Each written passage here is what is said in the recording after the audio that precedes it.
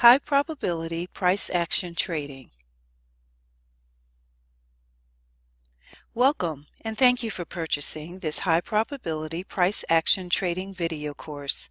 I'm sure you'll enjoy it, you'll learn a lot, and it will certainly help you with daily trading. Whether you're a new trader or a seasonal trader, it will help you with all aspects, and you're able to incorporate this into your current trading plan.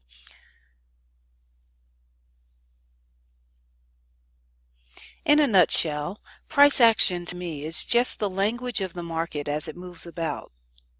To understand the market, you have to understand the language. What good is it if the market is telling us one thing but we do another? Well, believe it or not, many of us do exactly that.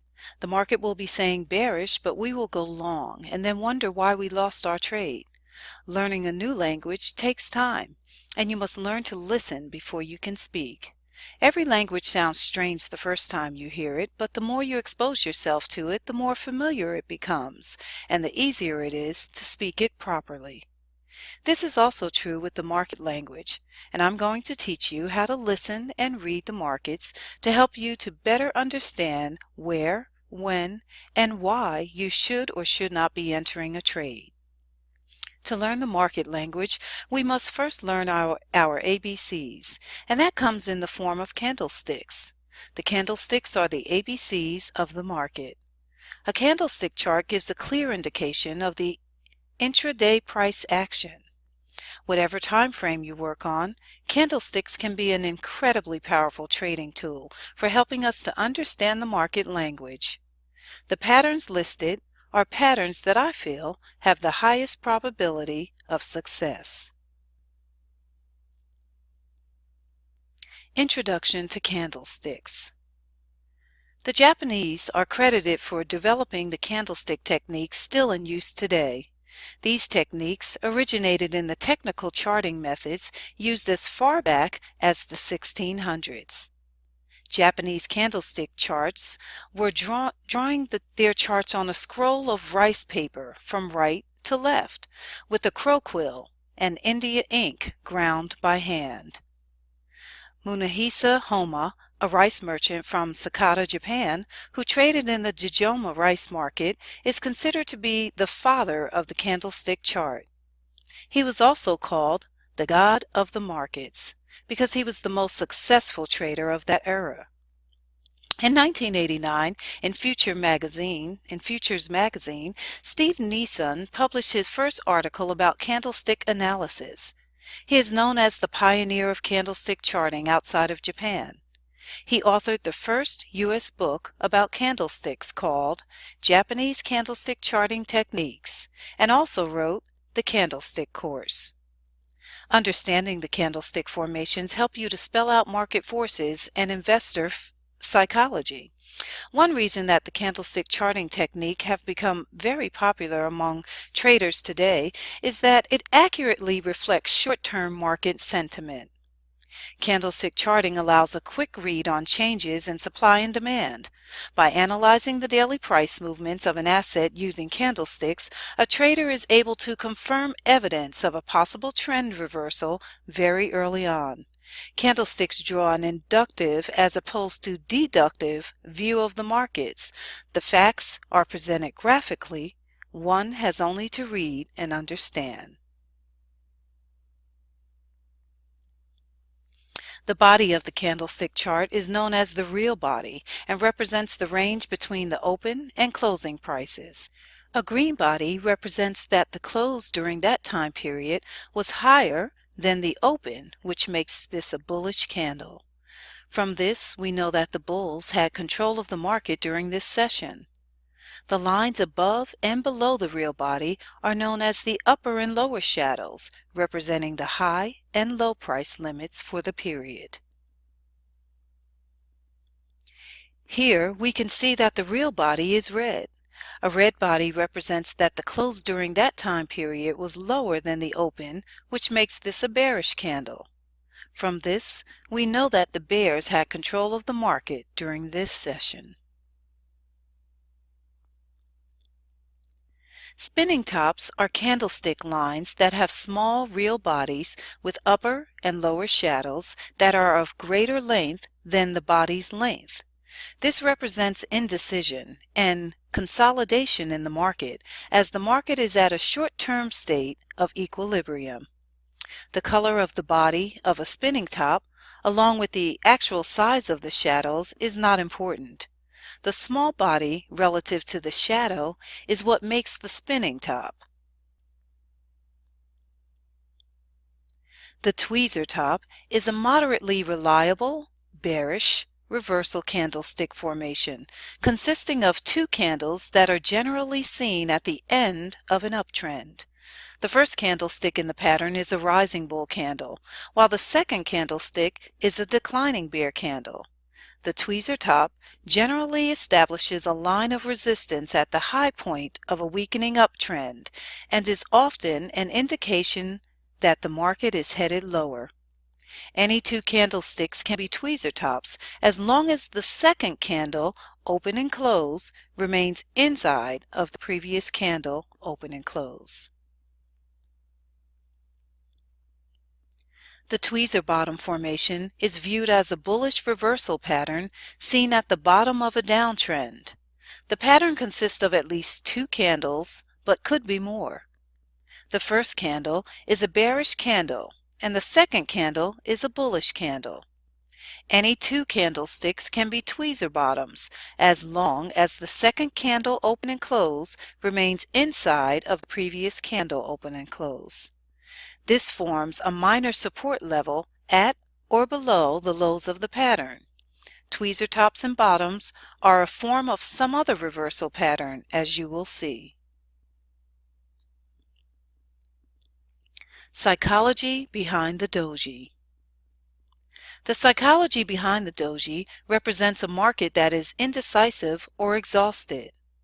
The market is at an equilibrium between supply and demand, whereas neither the bulls nor bears are taking control. Dojis are found in both an uptrend or a downtrend and can serve as a warning of impending trend change, especially at support and resistance levels. A doji occurs when the open and close for that session are the same, or certainly very close to being the same. The lengths of the shadows can vary. The perfect doji has the same opening and closing price. A doji preceded by a bearish candle in an uptrend would be meaningful. This particular combination of candles is referred to as a bearish doji star and would be cause for concern. A doji indicates tightening of price activity.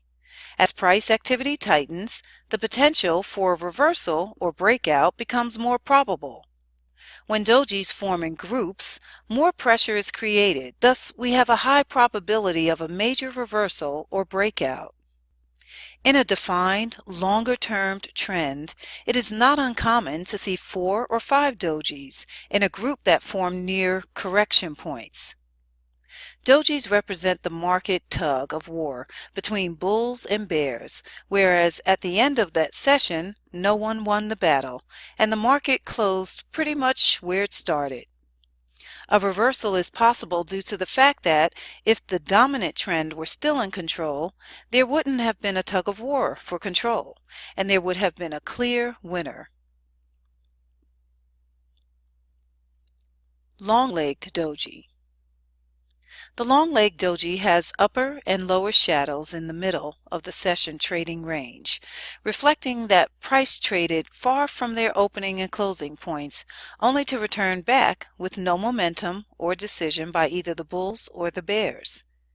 In a trending market, it represents the indecision for the future direction of the trend. If a long-legged doji occurs during a strong uptrend or downtrend, it can mean a possible reversal of the current trend. Gravestone doji. The gravestone doji shows price action that opened and closed at or near the bottom of its current range, giving the bears the upper hand for the session, and can be considered very bearish at a top. If the upper shadow is quite long, it means that the gravestone doji is much more bearish. prices open and trade higher, all session prices open and trade higher, all sessions only to close where they opened. This indicates that the bears overcame the rally by the bulls, and it is a serious warning signal if it follows an uptrend. The reliability of this signal depends on the length of the upper shadow. The longer it is, the higher the probability for a trend reversal.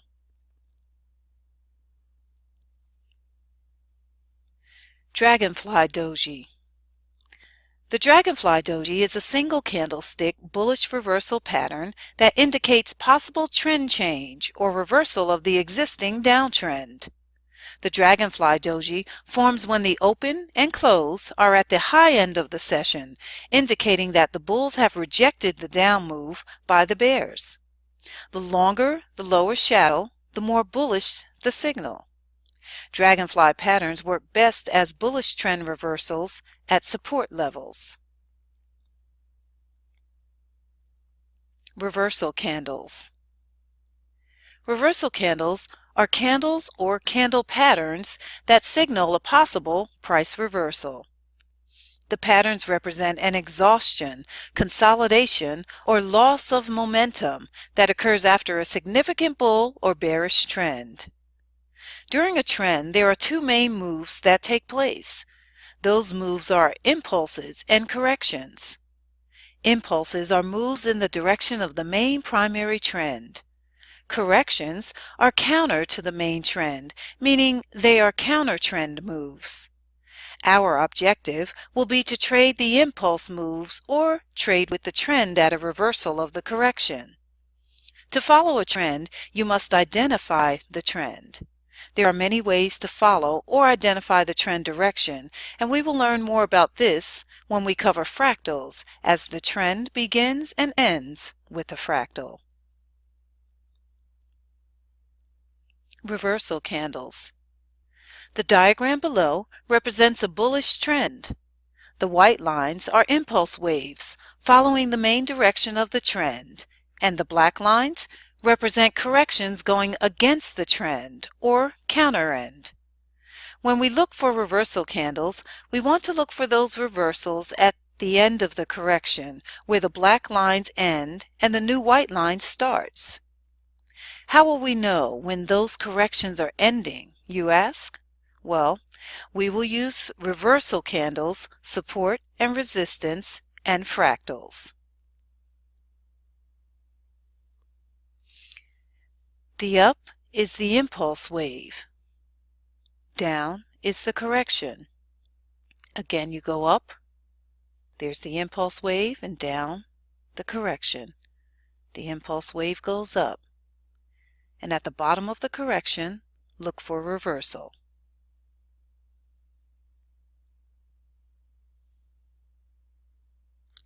Here you can see the main trend is now a bearish trend to the downside. Since the trend is down, then the impulse waves are also down, which means now the corrections are up or bullish. In this case, we now want to trade to the downside at the end of the bull correction. Down is the impulse wave, and there's the correction going up.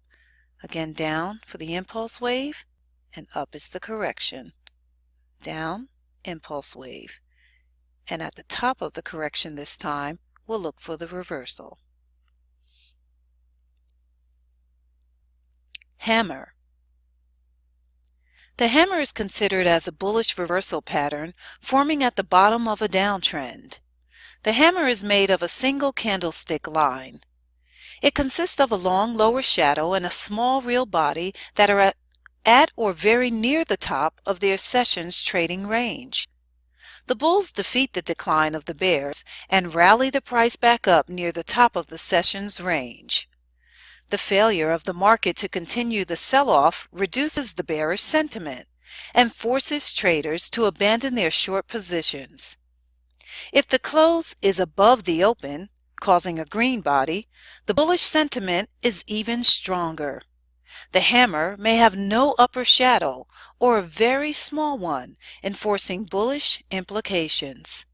This clearly shows that the bears have lost control.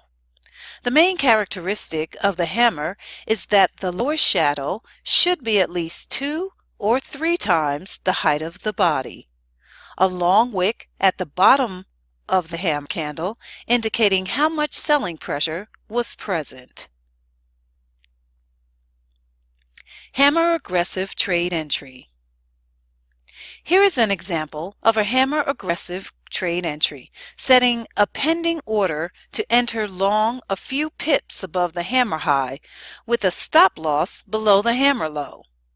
The aggressive entry will usually limit your risk as your stop loss distance will normally be smaller, but the probability will not be as high due to the fact that the reversal has not been confirmed.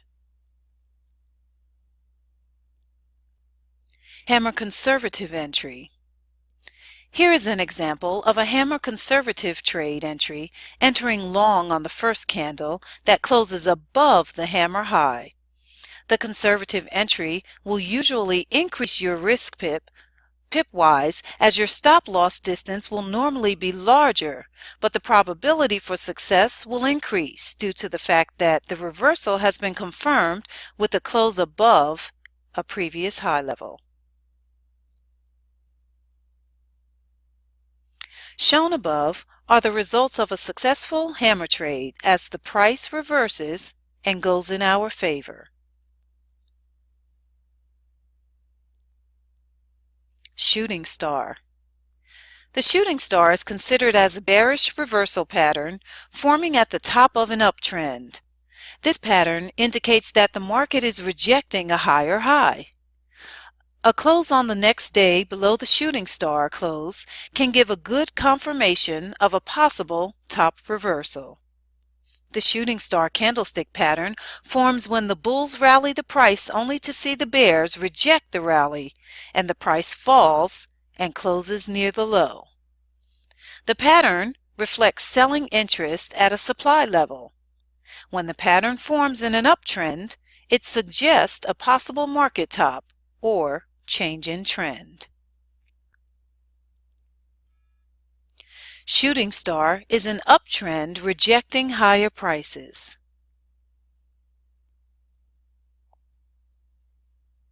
Shooting star aggressive entry. Here is an example of a shooting star aggressive trade entry, setting a pending order to enter short a few pips below the shooting star low with a stop loss above the shooting star high. The aggressive entry will usually limit your risk as your stop loss distance will normally be smaller, but the probability will not be as high due to the fact that the reversal has not been confirmed.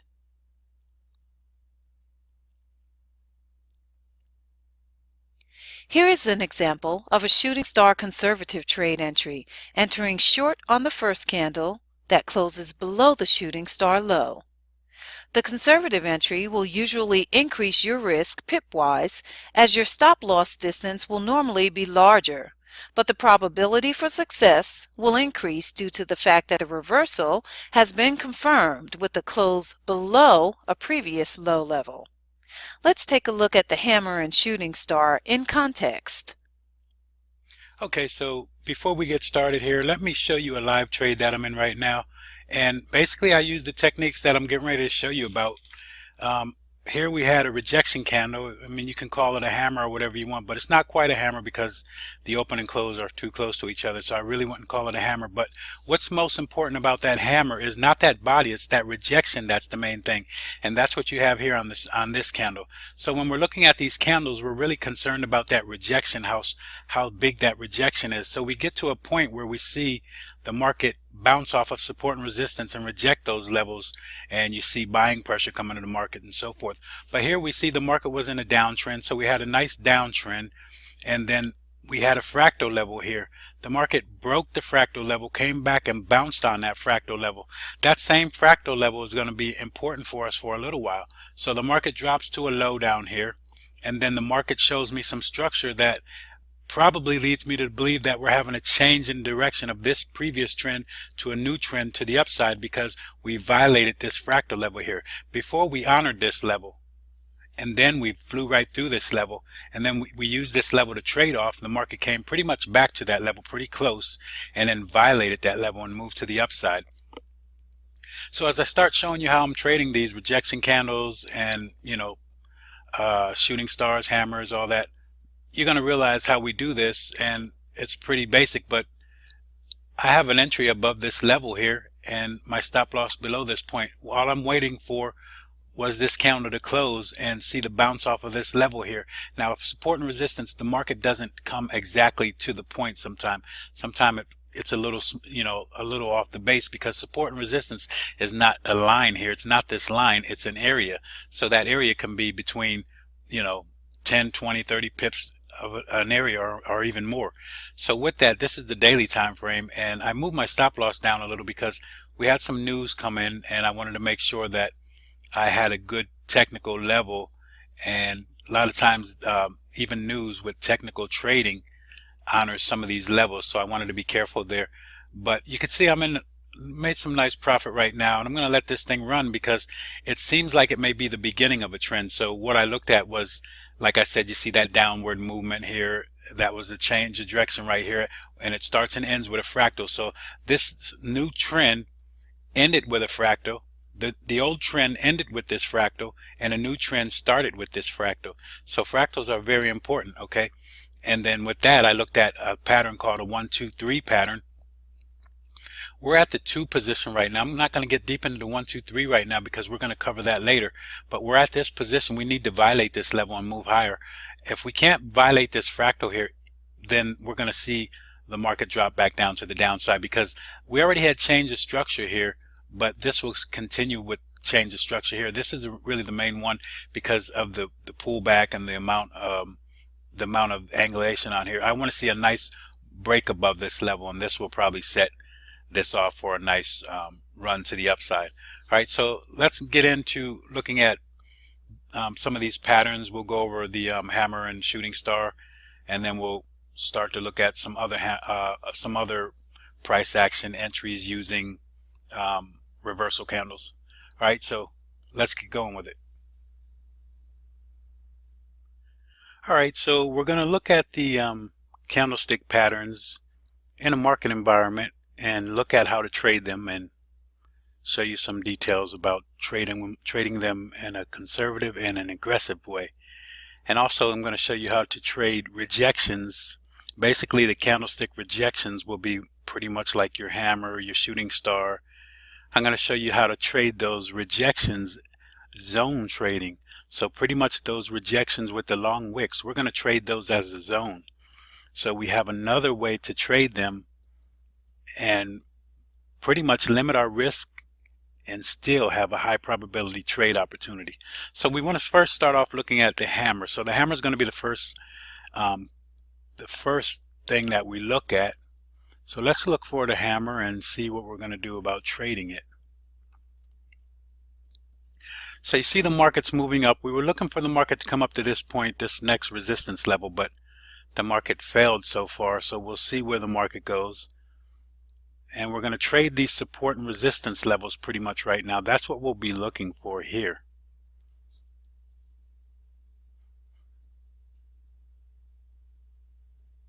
Okay, so now you could see this level here. This is our support level, and then we had this big candle. This is a hammer that hit off of this level.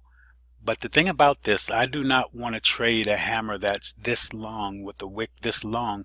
I mean, I do love the wick that long, but the problem is I want that wick when it ends, I want the support and resistance level to be right there.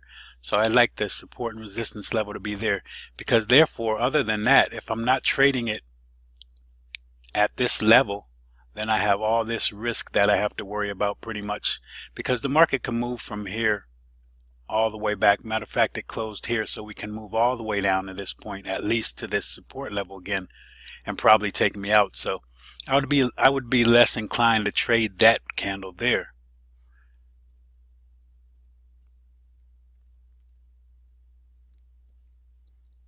All right, so we'll let the market move a little more and see if we could get tighter and get a better trading opportunity here.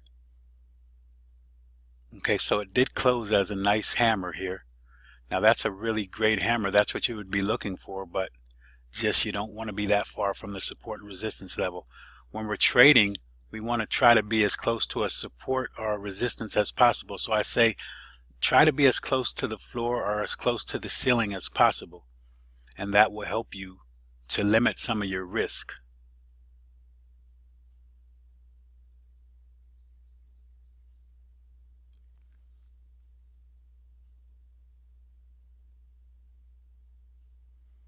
Okay, so waiting to see what price is going to do here.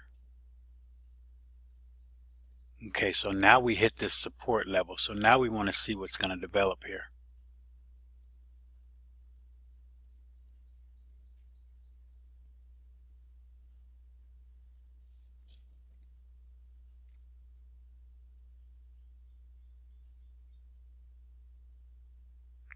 So you could see the little bit of rejection here, which is going to be considered some buying pressure. That's where we have some buying pressure. And you can see the market dropping even a little bit lower.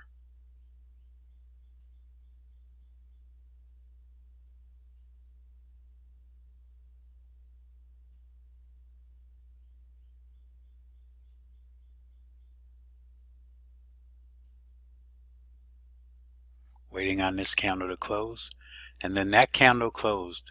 That candle closed as a hammer. This is the rejection we see. This is where we see the buying pressure coming into the market. So here we see this was all bearish. So we're looking for a reversal at the support and resistance level. So the bears were in control of this market, but you could see a lot of bullish momentum here where there was a lot of buying pressure in this area. Then the market dropped, and then now we still see where we are at the support and resistance level. So the way that we want to trade these, pretty much the way that we look to trade these, I'm going to show you what I'm going to be looking for. All right, so the aggressive entry is going to be pretty much like this. We're pretty much looking right here, and soon as the candle hits this level right there, that's where I will put my entry. So I'm going to make my entry line green. We'll make that a green line.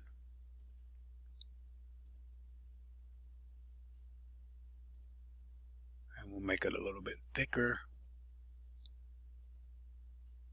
And then we'll make our stop loss line red. So our stop loss should be a little bit below this wick of this candle. So we'll make that a red line also.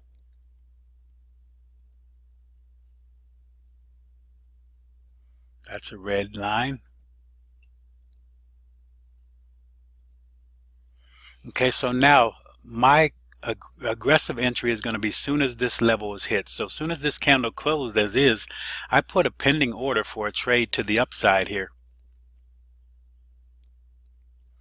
All right, so with that trade to the upside here,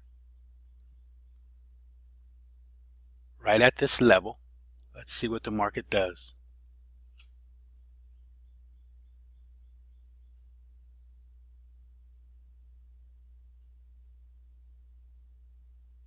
So I would have been triggered in right here. My trade is triggered. My stop loss is way down here.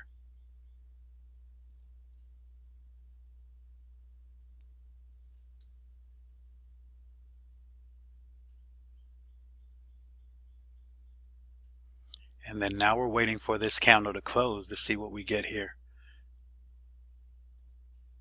Okay, so this is one thing. This is a couple things that I want to talk about. First of all, when you set a pending order on these candles and you have price move higher and then pull back to the level and close, this is an aggressive entry because you're not really confirming that this level has been violated. You want that level to be violated. If it's not violated, well, then the market comes back inside here and doesn't close below that level. All right, I mean, it doesn't close above that level. When we close above that level, that kind of confirms the reversal for us, and that's what we really want. So let's continue.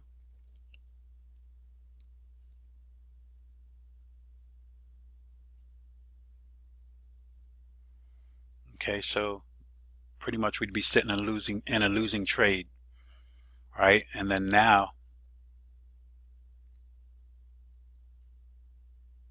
As I said, that was our aggressive entry, right? But my mentality is still the reversal here because we never closed below this wick of the candle. If we close below that wick of that hammer, then my mentality changes. I'm not looking for that reversal anymore. All right, so I showed you the aggressive entry and we would have been triggered, and now we're still in a winning trade because price never came down to this level here and took us out, took our stop loss out. But now this candle closed, that really confirmed that this level has been violated. So this is where we would enter the market, being pretty much being a conservative entry. So we'll move our entry to there, our stop loss to there. Now what that does, there's two things. One thing is, first of all, you could see at this level, if we would have entered the market here, we have less risk because our stop loss is down here. But then if we enter here, here's where our stop loss is, way down here. All right, so it's a bigger risk. But now we can also move our stop loss based off of two things. Number one, when we enter the market, we can move our stop loss to a conservative level or an aggressive level. So the conservative level is where we are right now. This would be our conservative stop loss level below that wick. If we want to be a little bit more aggressive, we can move it up here. All right, and even with the aggressive entry, we could have moved our stop loss up to the candle that violated. All right, but you see, we would have been taken out. All right, so I like to keep my stop loss here and make sure that we get a close above that level. Now this close here, we can move our stop loss here, but don't forget the market still could come back to this level here. All right, so this is where you would enter the market on a conservative entry. So remember, our aggressive entry is right at the wick of the candle, and the conservative entry was right here. All right, so I also want to take you back and look at a couple other things. All right, so now I'm going to show you how to trade this as a zone. Okay, so the market is going to continue moving. I'm going to slow it down because I want to show you and be able to talk about this. All right, so we're going to let this move and we're going to follow the price. So our entry is always at least here starting out. So we're going to start with a possible entry here. That's our goal, to enter right here, a little bit above that wick of this hammer here. All right, but now we're going to trade this as a zone. Okay, and I'm going to show you exactly what I'm talking about. Between this open here and this low here of this hammer, that is a support and resistance zone, pretty much a demand level, pretty much where you see a lot of buying pressure coming into the market. So we know that it's a strong level, quite possibly, because that's where the bulls were able to take control and push this higher. So if price did come back this way, we know that there's a possibility that the price here, as it comes down, could probably get pushed back up. So what I want to show you guys, I always start out with an entry here. If the price goes lower than the body here, then I'm going to move my entry down to the body. So watch.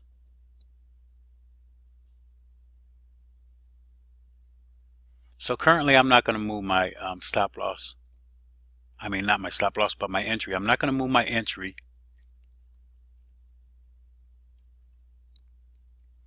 And we'll wait to see what goes on.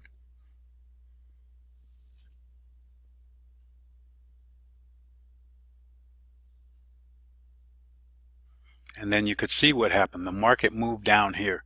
The market moved all the way down here. So when I see the market move down here, I'm going to move my entry here. All right, so now I cut some of my risk. All right, so I move my entry here. If the market decided to go, let's mark it down. If the market decided to go here, I can move my entry down to here somewhere. The philosophy is that we want the market to come up to us and trigger us. All right, the market's below us, so we want the market to start moving higher and come to us and put us into the trade. All right, so where the market is right now, we'll go by that. All right, so now instead of having my entry up here, and this is a pending order, I can now move my pending order to this point. right to the body there. And the farther down that this candle goes, the farther down I can move my entry, limiting a bunch of risk. All right, but still having that same probability for a good trade. So now you see where my entry is, so let's get the trade going. So we'll move the trade a little bit faster now. We already see where we are. We got triggered. We're into the trade. Boom. All right, so yep, there we go. The market's moving.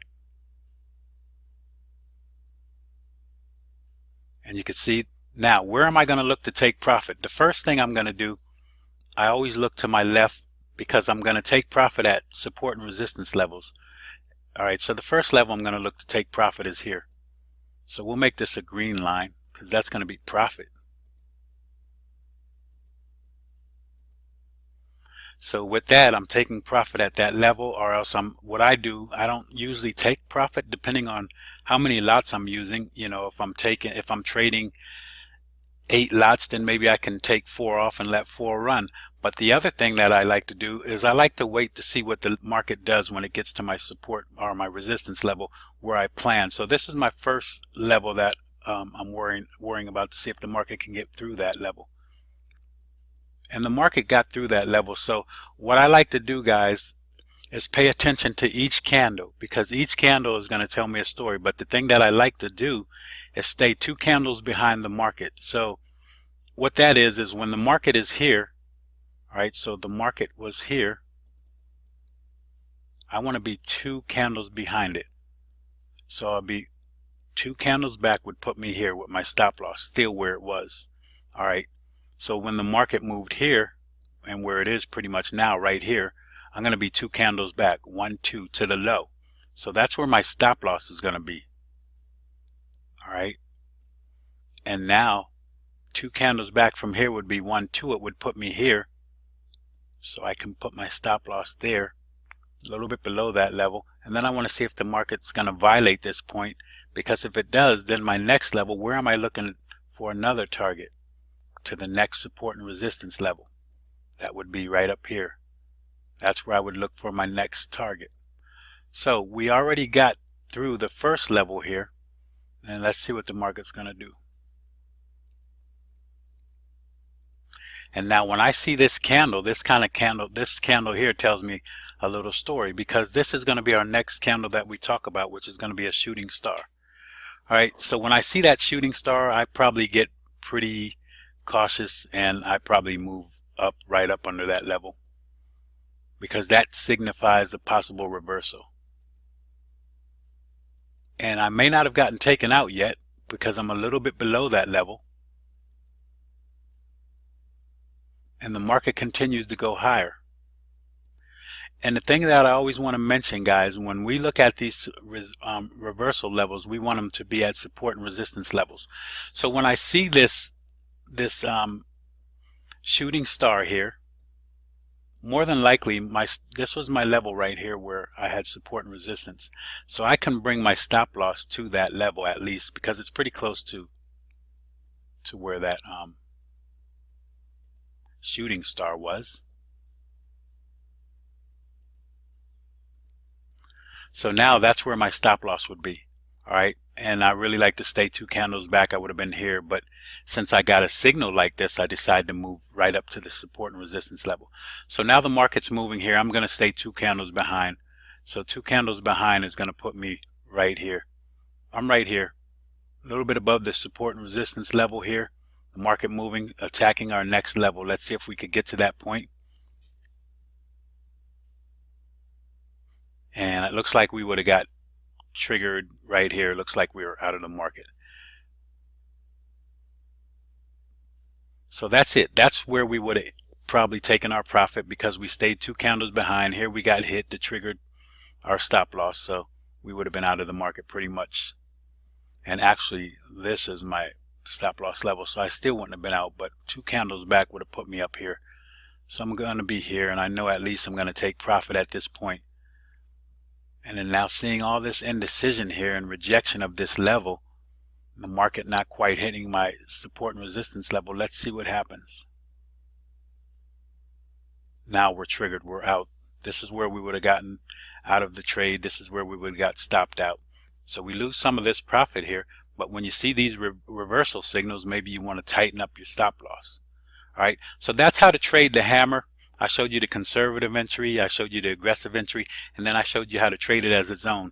Don't worry about that zone right yet, because you're going to learn more about that as we trade with the support and resistance levels. You're going to learn a lot more how to trade a zone trade, okay? So that's it for this. Let's go to look at a shooting star trade and see how we would enter the market. Pretty much the same way as we would enter the market with the hammer, but just upside down. Same thing with the zone and everything else. So let's have a look at it so you guys can understand what I'm talking about and what I mean. All right, so now we are going to look at trading the shooting star, and that's going to be a reversal of a bullish trend to a bearish trend, or it could be a correction or whatever. But now if you remember when we talked about the market and we talked about impulse and corrections, I'm going to show you we want to be trading in the direction of the trend. So currently it looks like the direction of the trend is this way. So we're going to follow the trend because it looks like the direction of the trend is this way. So we'll mark those waves that we talked about, which would be, this would be a move down, which would be my impulse wave. And then this would be the correction, pretty much. And then this would probably be more of a impulse wave. So let's let it finish and see where we are. We're going to be trading in the direction of the trend. So we want to trade to the downside, as you can see, pretty much the downside. And we'll learn more about the trend and everything else. The main way that I follow the trend and follow the direction of the market when we talk about market structure. We're just doing a quick show here. So I'm going to delete this trend line, and then I'm going to mark this level here. All right, so this is the impulse wave. This is the correction. At this correction, we want to be trading to the downside. All right, so here we would have been looking for maybe, like as I'm saying, the shooting star, or one of the reversal candles that we would look for to trade from a bullish trend to a bearish trend. All right, because this isn't really the trend, but this is the move to the upside. Now we want to reverse and go back to the downside, which would keep us in line with the overall trend. So let's let the market move a little more and see where everything is.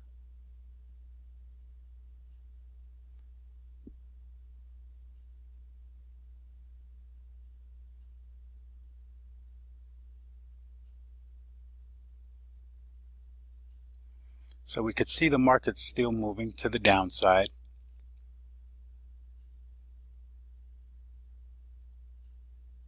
Then we're coming up back on this support and resistance level.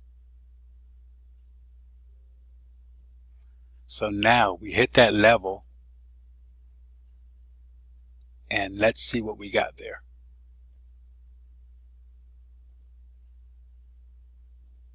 Okay, so now this is our shooting star here. It has a little bit of a wick on it. I'd rather see a little bit less of a wick, but still I consider this a shooting star. So we're going to back it up a little bit here and talk about this shooting star and show you the context of this whole thing. So if this, we're following this trend here, if this is an impulse move, then a correction, then we'll call this whole move the impulse move. So that would be here. All right, and then quite possibly the correction would be here. So we would say this was the correction, right? So if that's the correction, then now we want to look for a trade in this area where the support and resistance level is. So now we would be looking at this resistance level to trade to the downside. So at this resistance level, we got what we wanted. We got a shooting star. So with that shooting star, this is going to be my stop loss starting right off the bat. I know where my stop loss is right off the bat. This is a technical stop loss based off of knowing that the previous high, this is the previous high and the most relevant high. We're going to put a stop loss there. When we look to enter the market based off of what we already see, we're going to put our entry right below this level here. So we would be a little bit below that level. And I'll make my entry green. So that would be our entry here. All right. Now, remember, as I told you, as the candles move higher into this wick, I can move my entry higher. All right. So let's look where we're going to trade now. And then I also know where my first target level is. It's not really my target level. I call these target levels, but this is where I'm looking. Basically, it is a target level. It's not a take profit level. That's my target level. I want to see if the market could get there. And then I'll decide if I want to take profit based on the price action that I see at this level. So we have our shooting star developed here. And now we're going to trade.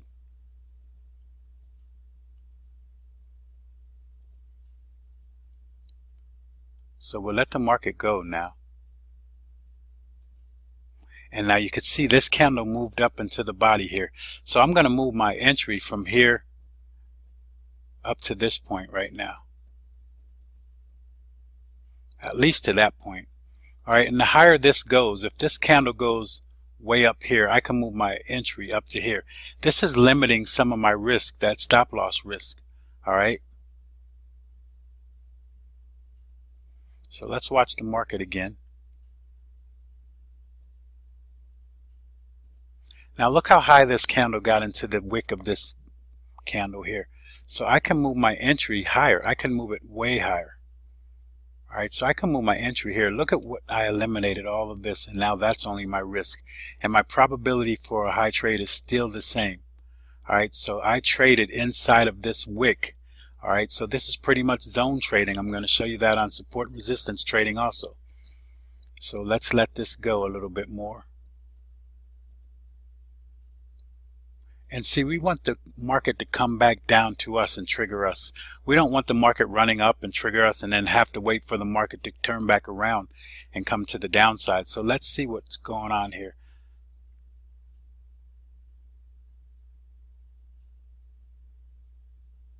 So it looks like we pretty much would have gotten triggered around there. And yes, we would have gotten triggered.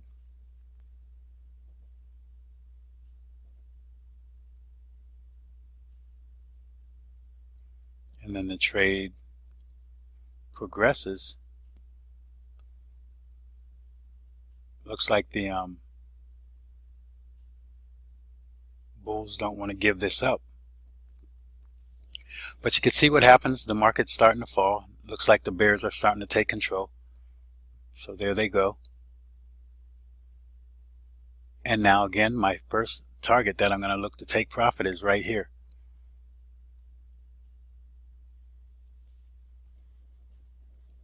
And then I like to stay 2 candles behind. That's a way that I teach people to trade a stop loss.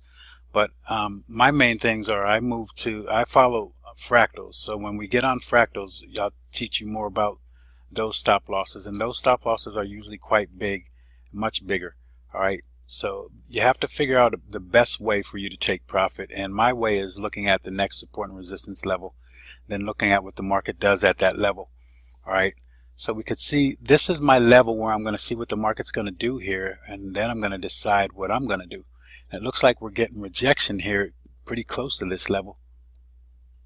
But we still have a little way to go. The candle has to close, and then we're coming through. We come through that level. I like this. So here's what I'm going to do now. Since we violated this point, let's see how we close.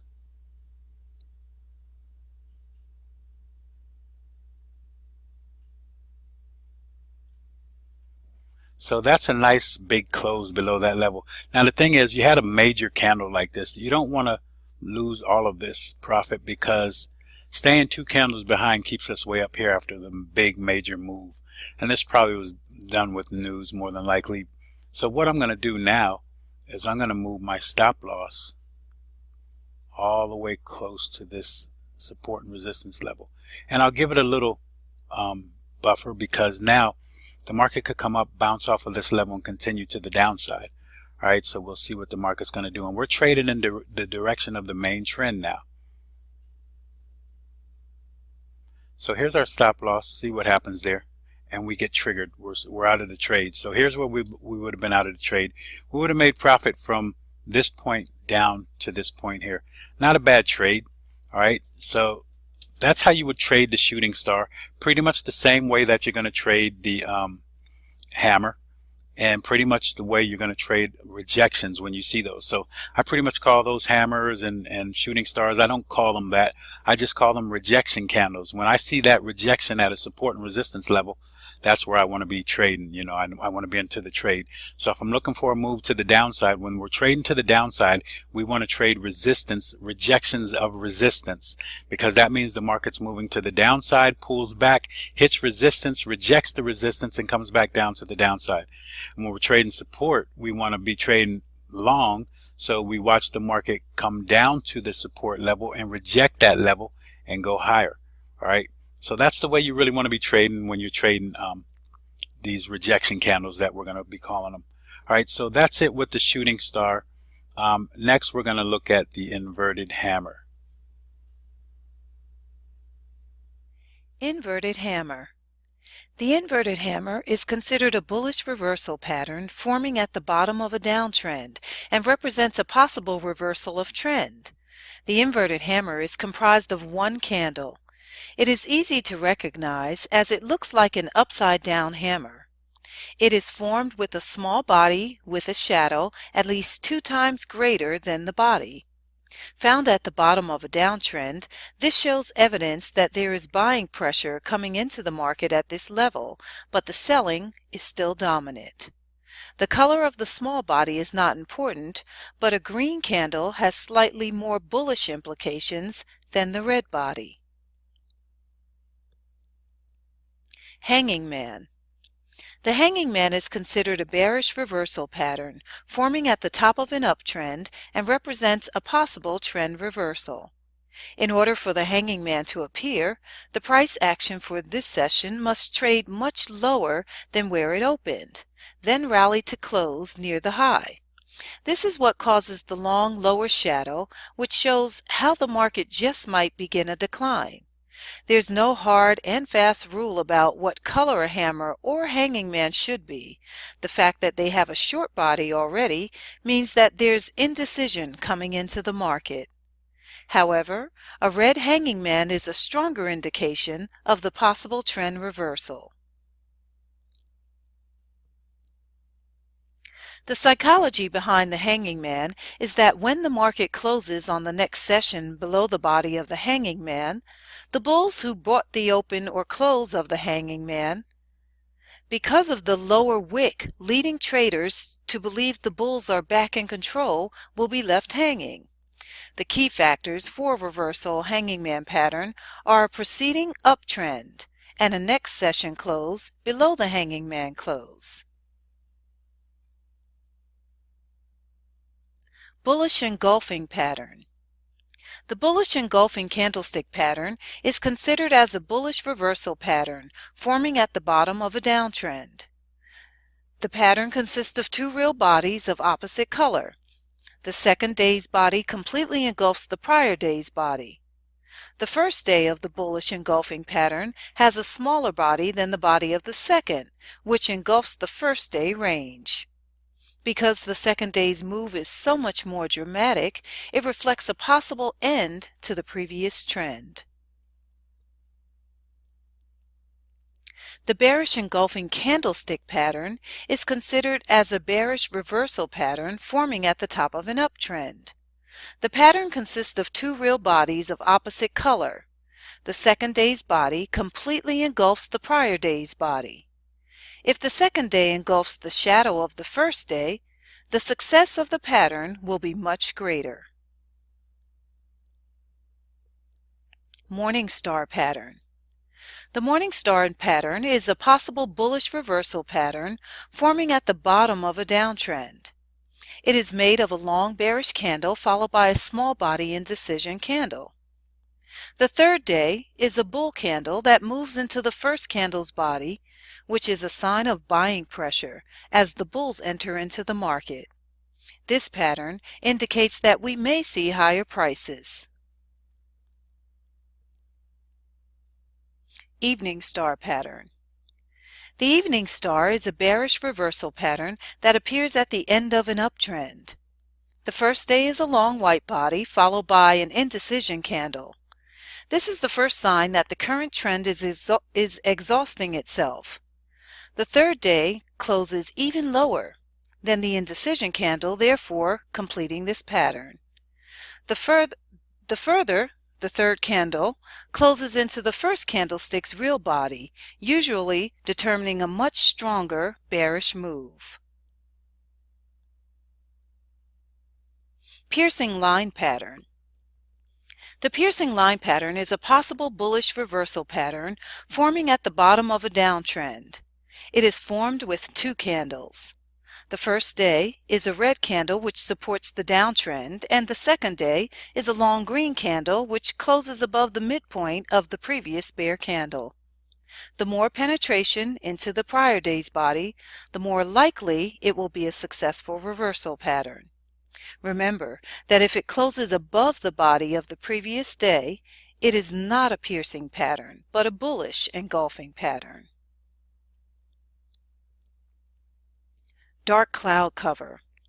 The dark cloud cover is a two-day bearish reversal pattern that signals a top reversal after an uptrend. The first day is a long green bull candle. The second day closes below the midpoint of the previous bull candle. The greater degree of penetration into the previous day body, the more likely a top reversal will take place.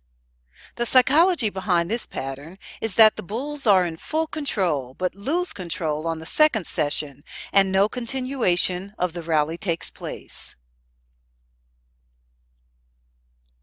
3 inside up. The 3 inside up pattern is a bullish reversal pattern found at the bottom of a downtrend, indicating a possible reversal. Day 1 has a long bearish candle that is going in the same direction as the current bear trend. The second candle opens and closes within the first, and should close at least at the middle of the previous candle's body. The third candle opens where the second candle closed and then closes outside of the first candle. 3 inside down. The 3 inside down pattern is a bearish reversal pattern found at the top of an uptrend, indicating a possible reversal. Day 1 has a long bullish candle that is going in the same direction as the current bull trend. The second candle opens and closes within the first, and should close at least at the middle of the previous candle's body. The third candle opens where the second candle closed and then closes outside of the first candle. What is an outside candle? An outside candle is a candle that engulfs the previous candle, meaning the current candle's high and low are outside the previous candle's high and low.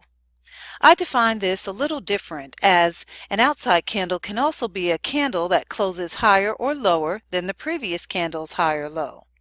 These candles are also considered engulfing candles or wide range candles. Here you can see that the current candle high and low are both higher and lower than the previous candle. My main concern is that the candle closes lower than the previous candle open in this case. This is mainly a bearish engulfing candle.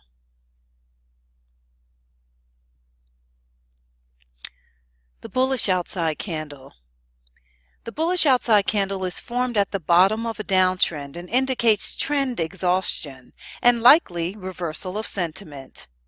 Outside candles exhibit a trading range that fully engulfs the previous candle's high and low. The more the outside candle engulfs the previous candle, the stronger the signal. Bullish outside candle bear trap. The bullish outside candle at support is also known as a bear trap. A bear trap occurs when traders attempt to sell a breakout of support as the market falls below the support level and below the low of the previous candle, only to rally back above support and then close above the previous candle high, trapping the short breakout traders. As bulls enter the market, the trapper bears must buy their way out of their losing position, which further fuels the upward price momentum and panic buying for the remaining short sellers who are still in the market. Bearish outside candle. The bearish outside candle is formed at the top of an uptrend and indicates trend exhaustion and likely reversal of sentiment. The bearish outside candle at resistance is also known as a bull trap. Much like a bear trap, the bull trap happens as traders attempt to buy a breakout of resistance as the market presents a false rally, trapping the bullish breakout traders as price tumbles lower, and the longs have no choice but to sell a losing position, hence the bull trap. Outside candle at resistance. Here, you can see an outside bar at the resistance point as the outlined candle high and low exceeds the high and low of the previous candle. This is known as a bearish outside bar, as the candle closes below the previous candle low in a downtrend. What is an inside candle? An inside candle is just a candle that is engulfed by the previous candle, meaning the current candle's high and low is inside the previous candle's high and low. If the current candle's high or low are equal to the previous candle high or low, the current candle is still considered an inside candle. Inside candles are also known as a narrow range bar. Here you can see that the green bull candle's high and low are contained within the previous bear candle high and low. I also consider a candle to be an inside candle if the current candle open and close is inside the previous candle open and close.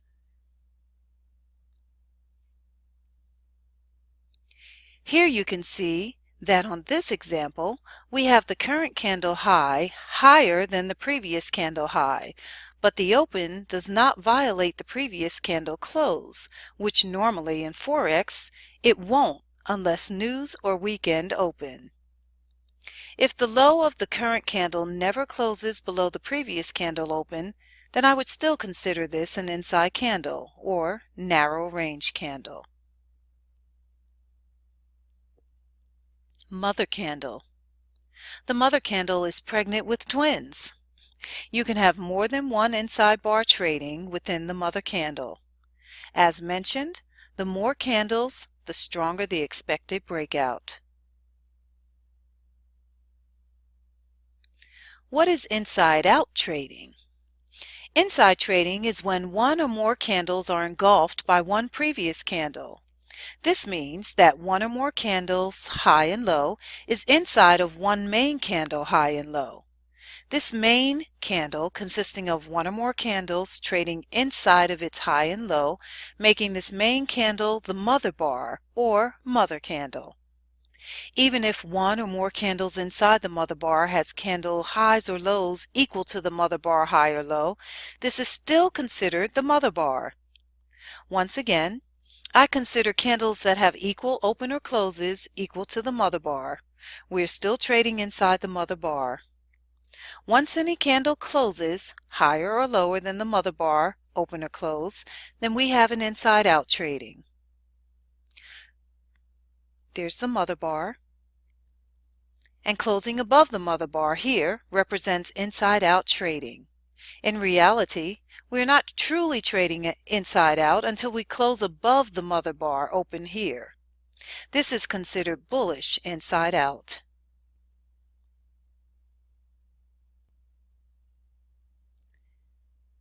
Inside out trading. Inside out trading is when a mother bar with candles trading inside the mother bar but then eventually break out.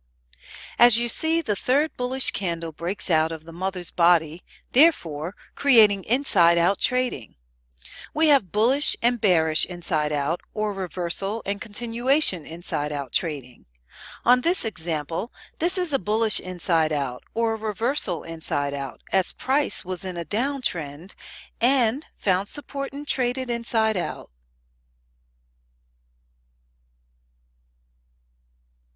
Aggressive inside-out trade entry. The aggressive trade entry for the inside-out trade is with a pending order long at the break of the mother bar high and stop loss at either the candle break low or the mother bar low.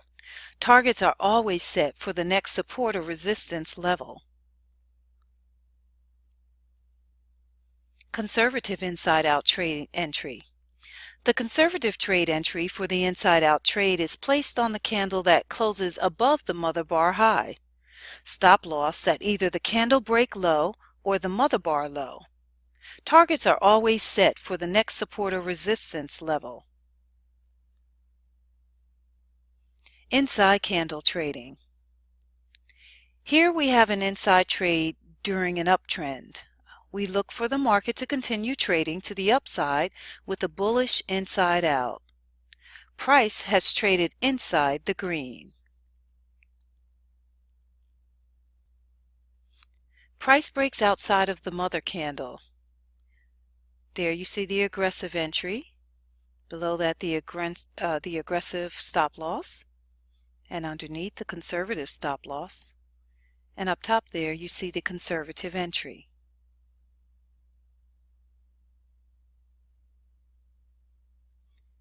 If the price violates to the downside, then we are not triggered and we take the trade off the table.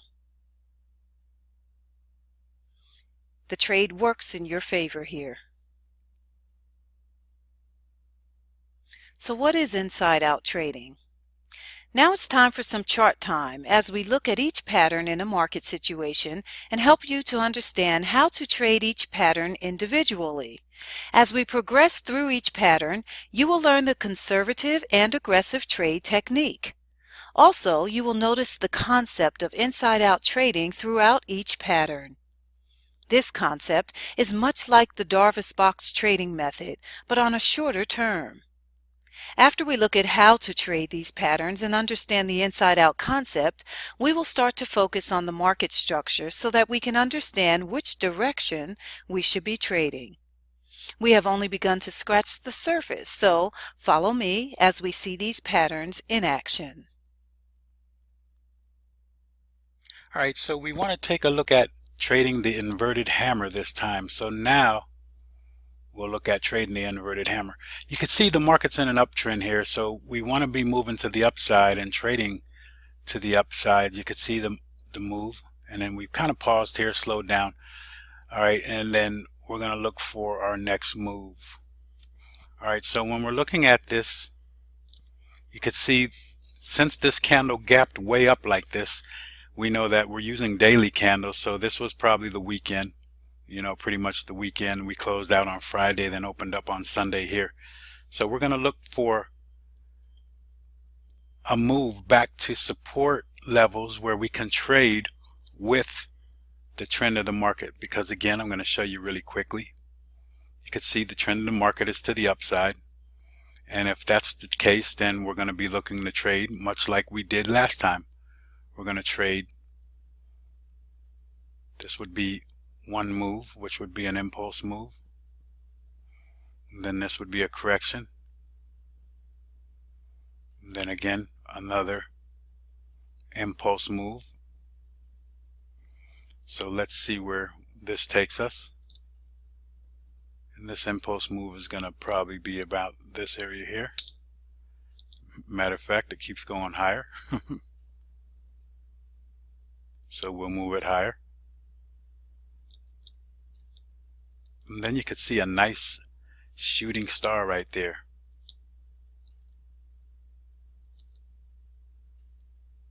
And then the market dropped to the downside. And remember, with that shooting star price, this closed on a Friday as a shooting star. Wow, that's a big signal on a Friday.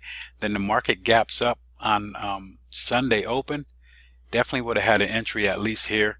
Stop loss up here. Now it's going to be a bigger stop loss based on how big this wick is, and that's going to be true for most of these reversal candles that we use. The bigger the candle, the bigger the wick, or the bigger the stop loss, and sometimes it's going to take you out of a trade where you're not going to be able to enter a trade.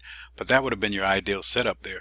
All right, so now we're going to look to trade the move to the downside here. We want to find where that correction is going to be. So we're sitting here now. We're here. And we could call that a correction right there. Okay, then the market moves higher. So it moves higher to there. And then the market moves back down. So we move down to here.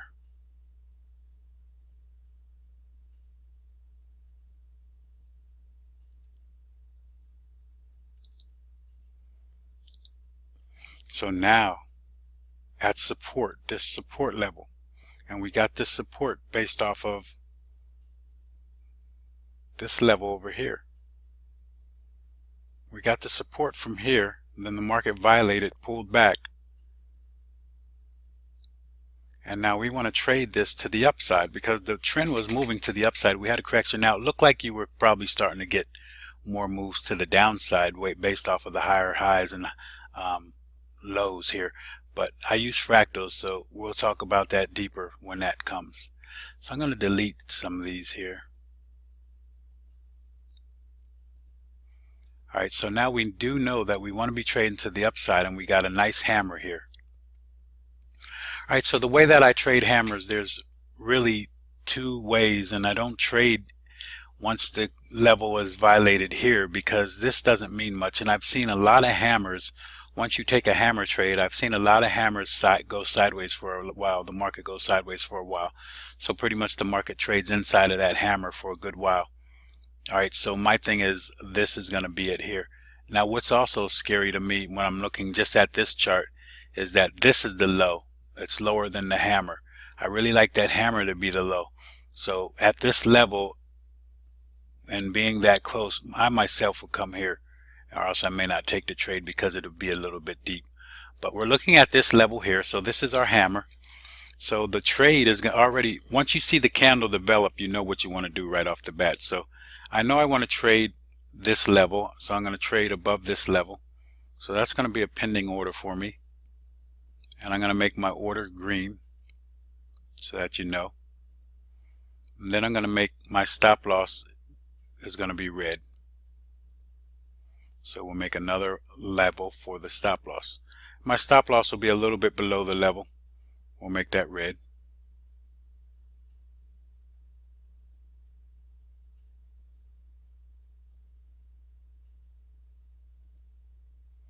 Okay, so that's my stop loss here.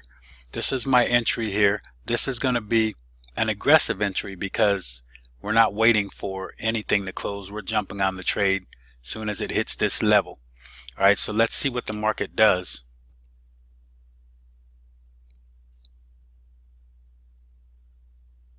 If I get a close below that hammer, below the inverted hammer here, I take my pending order off the table and I take everything off. That it no longer is valid for me.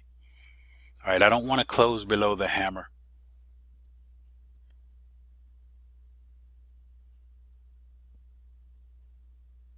And to me, this is a support and resistance zone. So pretty much that would be a zone here because you have these wicks here. And we're going to talk more about that when we talk about support and resistance. Now we're trading inside of this, pretty much inside of this inverted hammer. As I told you, hammers, a lot of times you'll see a lot of sideways movement. That's why I don't trade as soon as it hits goes up into the wick and try to let it trigger me into a trade.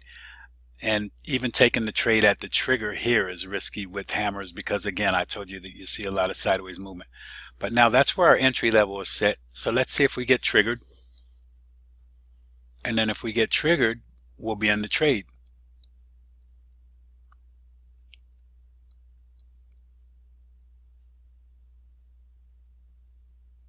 And so far, no trigger yet, but we're still inside that hammer. Now we're triggered, okay? So this is the trigger. We're already in the trade now at this level. So I could do a couple things here. I can keep my stop loss there. I'll wait for this candle to close and I can move my stop loss up to this level here. When we trade momentum, basically that's what we're doing because we're trading a reversal. We don't really want to see the market come back and close below a previous low. If the market has momentum, it won't close below a previous low. I'll teach you a little bit more about this, but looking at this, here's the low. the first low, never violated. Here's the next low, never violated. This low here, never violated. This low here, never violated. Another low here, never violated. So the market's not violating these lows, and it's violating these highs here. So the market should continue to violate those highs and not these lows. Therefore, I feel safe putting my stop loss up to this level. All right, where the market violated and closes above. If it closes above, I'll move my stop loss there.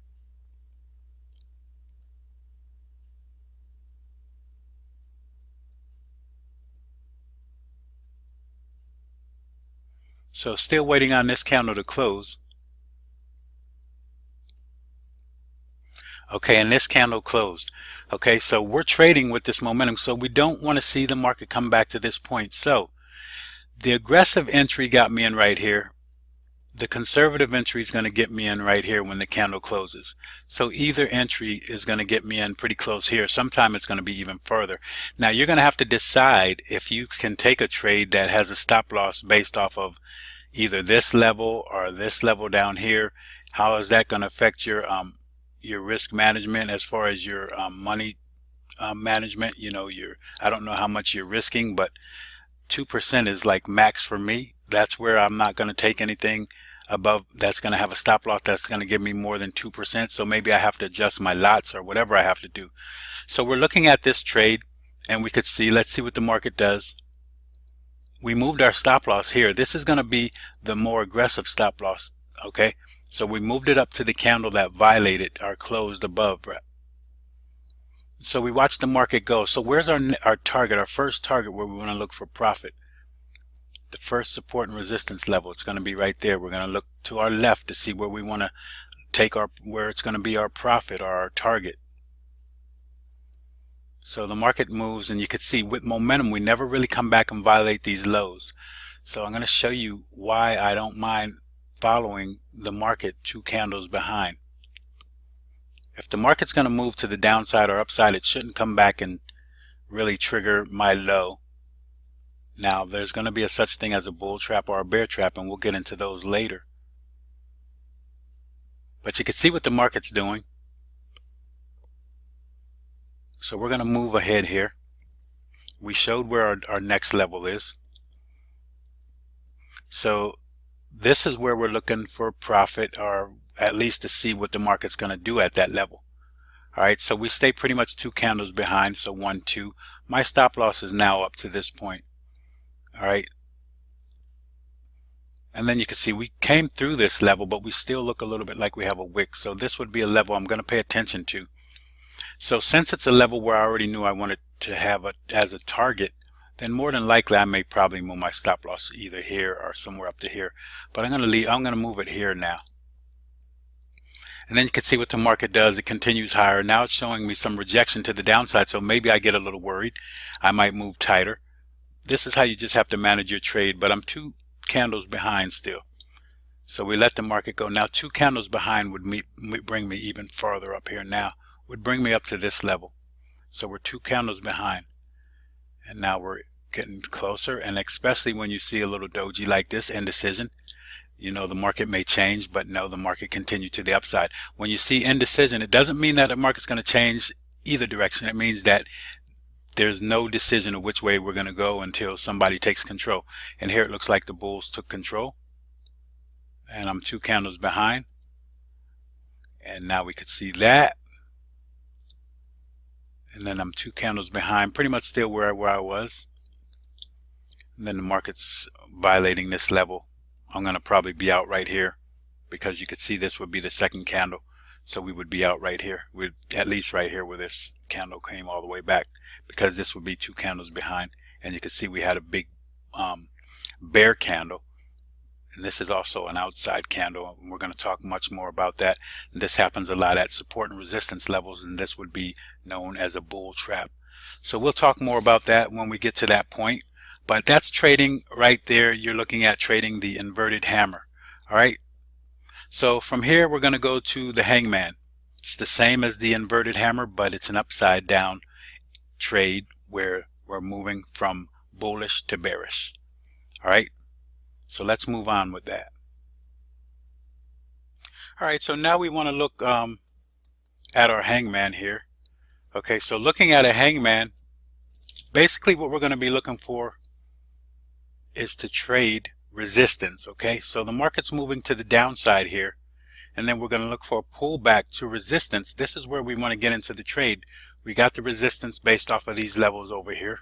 So we got support and resistance levels drawn in, and when we're trading, we're also going to be using fractals. So that's going to be another big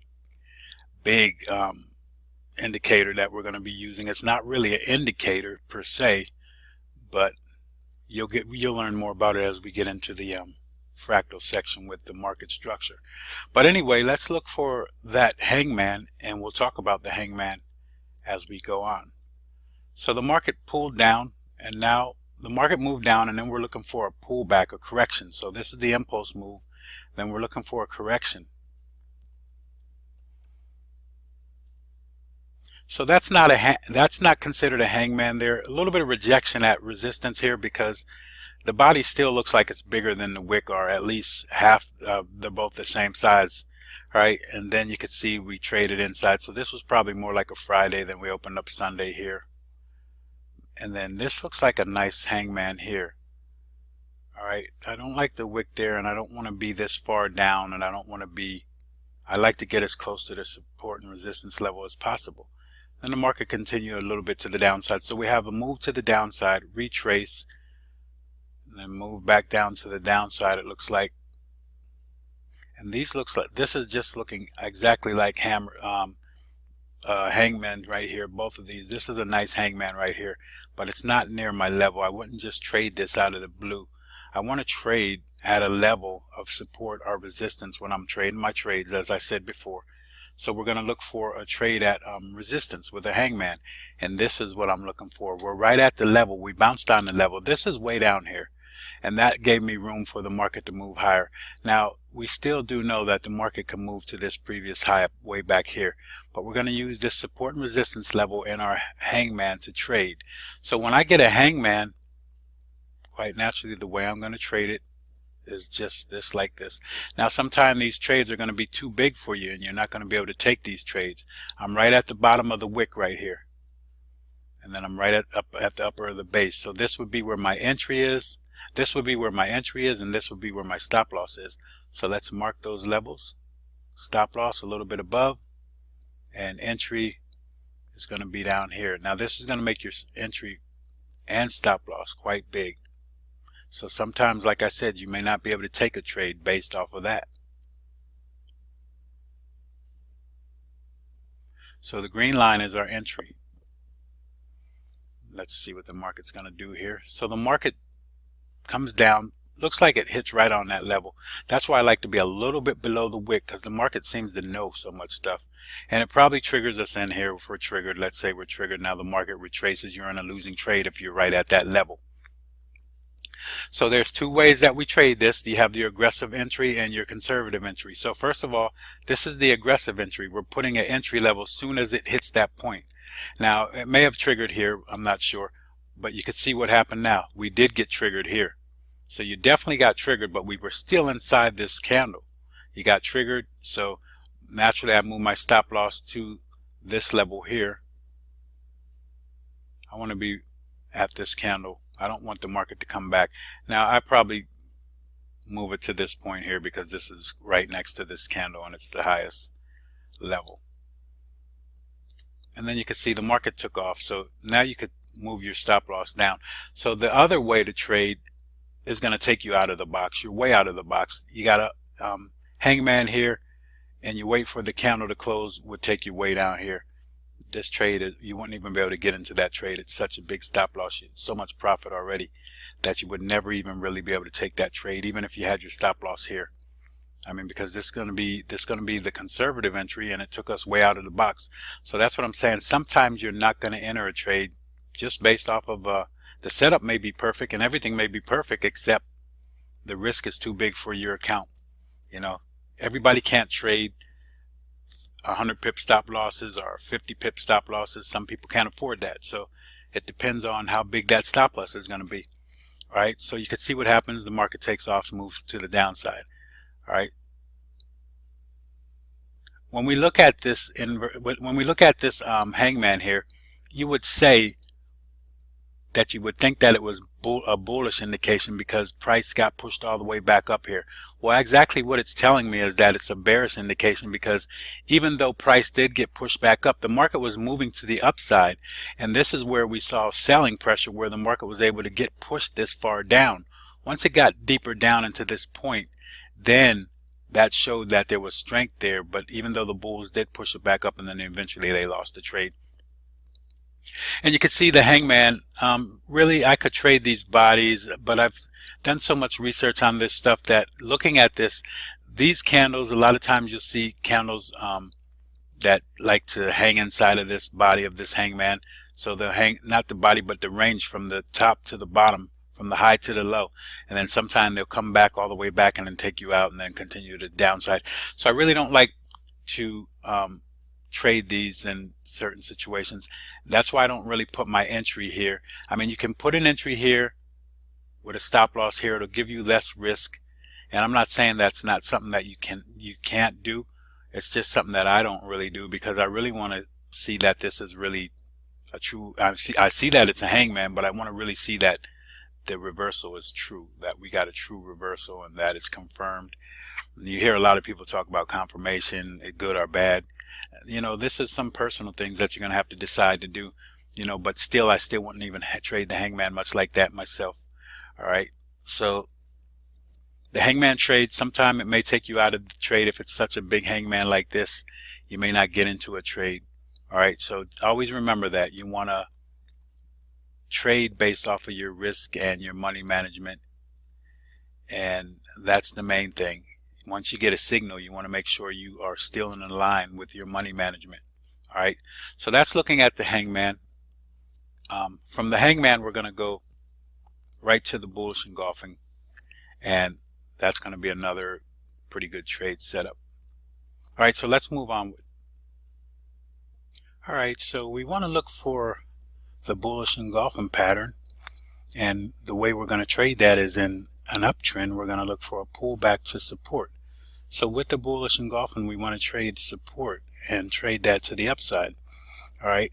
So you could see the market here is moving to the upside. Then we found resistance here, but then the market broke through.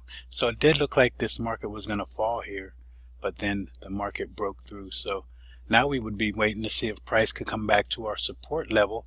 This was resistance, now support on this side, and this is where we're going to look to take our trade. So we'll let the market run and see what we get here.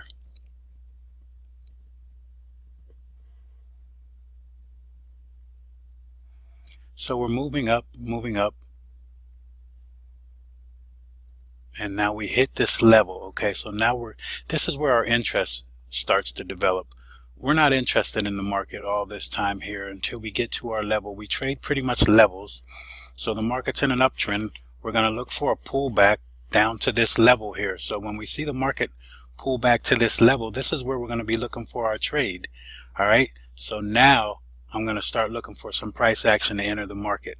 All right. So let's see what we find here and what happens. Let's move this. So you're always going to have levels that you're interested in. Most of the time it's going to be like a support and resistance level. Fractal levels, and they're all support and resistance levels. Now you could see what happened here. This candle hit the level at the bottom, then we had another candle, green candle, develop. Basically we had minor support here with this tweezer bottom, so we needed the tweezer bottom to determine support, minor support. But then you could see this is a bullish engulfing candle that just engulfs this whole candle. Basically this is almost an outside candle that we will be talking about a little later. I mean, because it engulfs every part of this candle, not just the body. It engulfs this lower portion here of the low and the high, with this low and this high.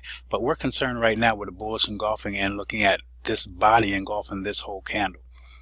All right, so this body engulfed that body, the whole body, the low, from the open to the to this close high here. So with that engulfing candle, this is where we would want to look to get into the trade. Now see, with the engulfing candle, you can't trade it based on like just putting an entry at this level. I mean, you can do that, but you wouldn't be trading the engulfing candle. You would be trading the high of the previous candle. So you would be trading the break of the previous high. And we're going to get into all that, but this right here is a bullish engulfing, and this is what we would be looking to trade. So now we would get into the trade at this point when the candle closes. And so when the candle closes, my stop loss has to be way down here below the candle at least. All right, so that's a pretty big stop loss. Sometimes these are going to take you out of a trade because the distance moves is so far, which is going to give you a higher risk. But with that distance move, that also lets me know one thing, that the possibility of this moving to the upside is even greater. Because we see at this point there were all bears in the market here, and then right here, here's where the buying pressure came in, and you can see how it just took off with a strong bullish market where all the buying pressure came in, strong demand here, the market moved up to the upside. All right, so this is my level where we'll be getting into the trade. So let's mark this with a green line. That's our entry. Green is going to be our entry. And then our stop loss will be down here somewhere. So we'll just mark stop loss down here. Make that red. And then that's our stop loss down here.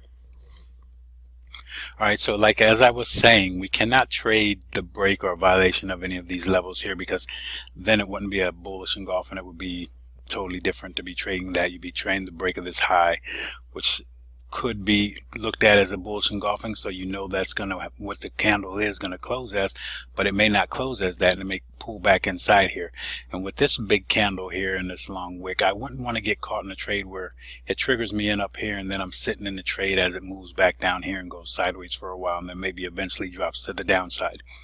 So with that, where's my first target that I'm going to look to find profit? Now, I don't, like I said again, I don't take profit necessarily. I can, but it's going to be a level where I'm looking for the market to go to. Now, we're already halfway there, but it's you always look to the left of the market to find the next support and resistance level, and that's where you want to go to with the market.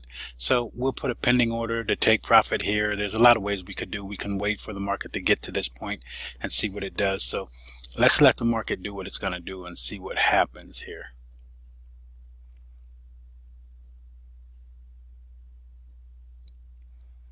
Okay, so this candle didn't close yet, but our close, so really our entry would be here. Saved us a little bit. And then now we're looking to get to this point, at least just to get to that point.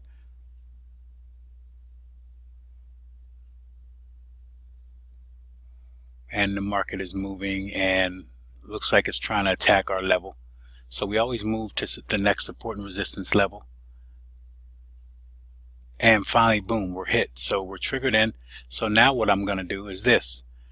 I know I made this profit here, so I want to see if I could let the market go a little more. So I probably just move up tight to this level here and let it go, see if it goes. I could move here, but I don't want to lose that much profit. So I'm going to give the market a chance to violate this resistance, the resistance level. And if it can, then I'm in a good trade. So there it goes. It violates. And now I'm even better profit because the market violated here. And now I can stay 2 candles behind the market, but I've made my profit already, and I want to make sure that I'm safe here. So I'm playing it safe until the market gives me a good run here, because we see some rejection here.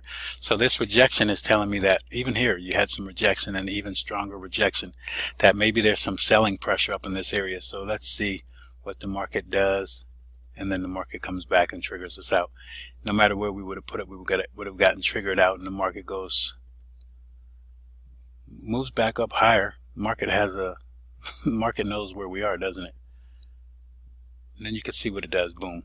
So the market is attempting to come back at this point. Now we could probably move to the upside. We would look for, again, if we're trying to trade this and the market's moving to the upside, we're going to trade this support level, look for a price action entry at this point.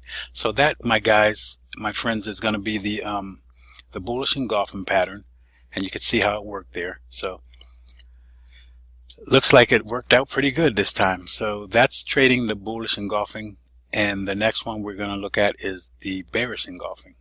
All right, so let's go right to the chart and look at a bearish engulfing example. All right, traders, we are now looking for the bearish engulfing pattern. It's going to be a trade that we want to take in a downtrend because we want to trade that off of resistance. So here you can see this is maybe resistance because it hasn't been tested yet. The market was in an uptrend. We want to see what's going to happen at this point. All right, so the market hits that resistance level and then drops to the downside. This is a bearish engulfing candle here, not a trade that I would take. The candle body is very big, way bigger than this level here, because in order for this to be a bearish engulfing candle, okay, it has to close outside of this candle body, and when it closed way down here. If I put an entry here, I don't know if it's a bearish engulfing and the market moves higher. Okay, but you will learn a technique to trade these candles and catch them quicker than this. But a bearish and bullish engulfing pretty much going to be hard to catch much quicker if you want to make sure it's a bearish engulfing or a bullish engulfing. But here the market was in an uptrend. I had some signs that this was going to be the end of the market uptrend, basically because it had a double top here. So we bounced off of that double top. We lost momentum and it looked like the market wasn't able to drop to the downside. Now again, I don't really call this a double top because of distance. So you need more distance to cover this, call this a double top. A few candles away is not really a double top. It's just a strong resistance level that the market wasn't able to get through. So what I'm going to do here now is I see this support and resistance level here, right? And I like to make these into little zones. Okay, so I'm going to make this into a zone. And I use the wicks here. And you'll learn more about this when we talk about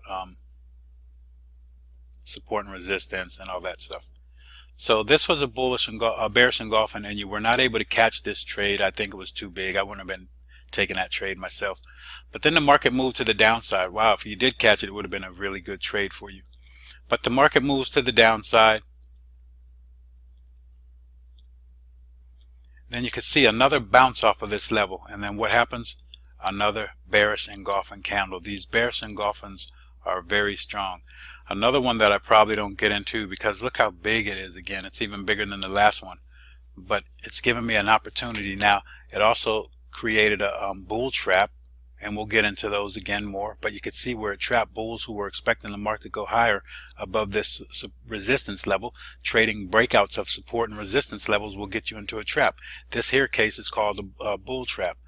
But then the market continues to the downside.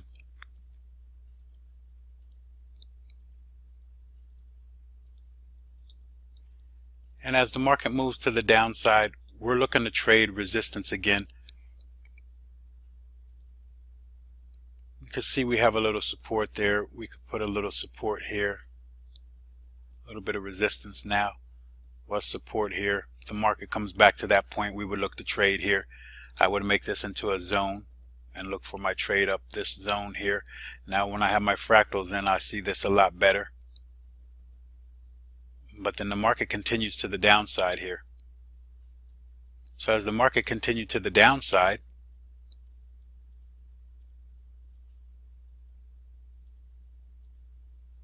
finally comes back to this level here.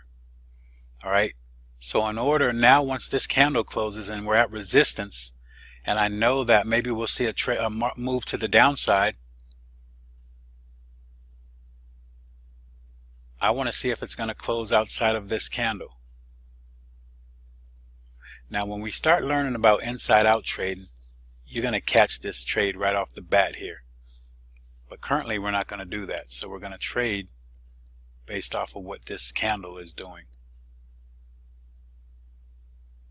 And when I get a close above this support and resistance level here, so this resistance level, I'm going to take the trade off the table, and I'm not going to be looking for this to close lower than this point here.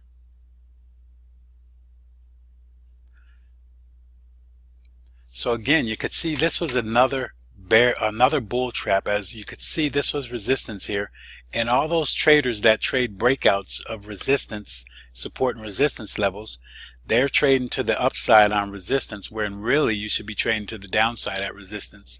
All right, so these traders that got trapped again, you can see the market now moving to the downside, and they're going to all have to sell their positions. And we talked about that when we talked about these earlier. So let's let the market continue.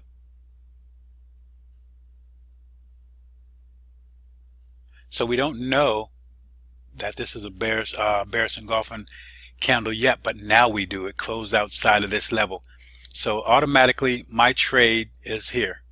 And again, this is quite big, but I entered the market there. So that's going to be green to let you know that's my entry. And then my stop loss, I'm going to put it a little above the support and resistance level, but more than likely I usually move it to the high. Now if this is going to be too big of a stop loss or too big of a trade, it's one that I have to take off the table and look for something else. But that's the way I'm going to trade this right off the bat, okay? And so we're going to see what the market does. And if I'm already triggered, then where's my next target that I'm looking for profit? It's going to be right at the next support and resistance level. Look to your left, find that level, and that's your target. So let's see if we can hit that target, and we'll close out our trade.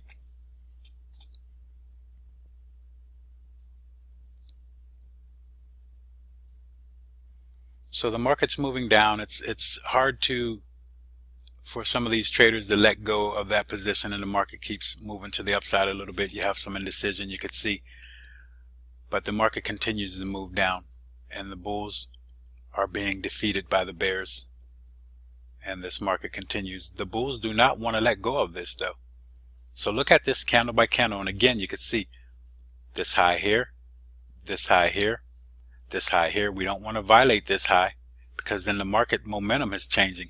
This high here, we don't really want to violate these highs. Now we got these little candles, so now we got some indecision in the market.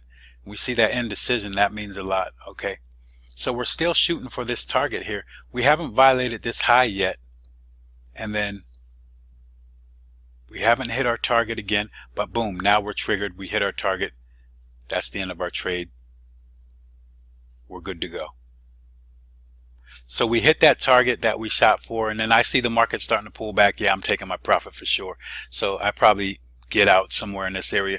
If I have an order already set at this level, then I'm secure at what the position that I wanted to take and the profit that I wanted to take.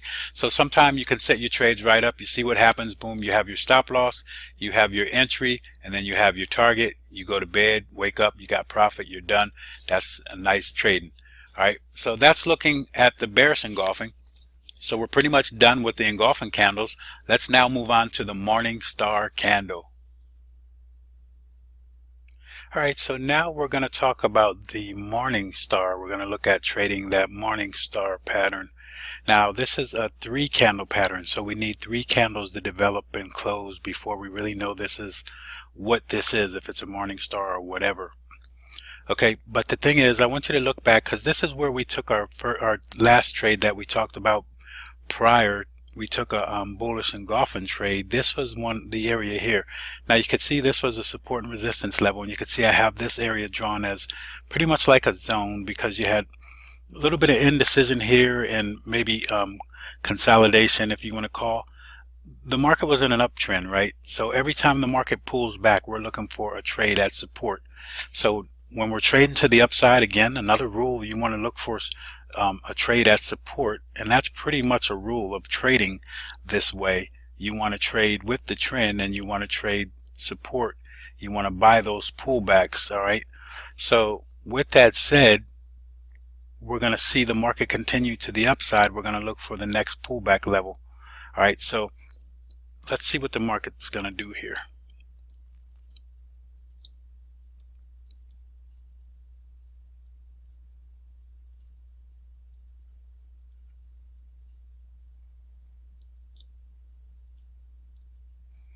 So just looking here, and that's a big drop there, and now we hit right on support. We're within this area here. So support and resistance is not just a line, guys, it's an area, so always know that. And a lot of times I'll draw big zones in to show myself where that support and resistance level is. We'll talk more about that when we get into our support and resistance trading.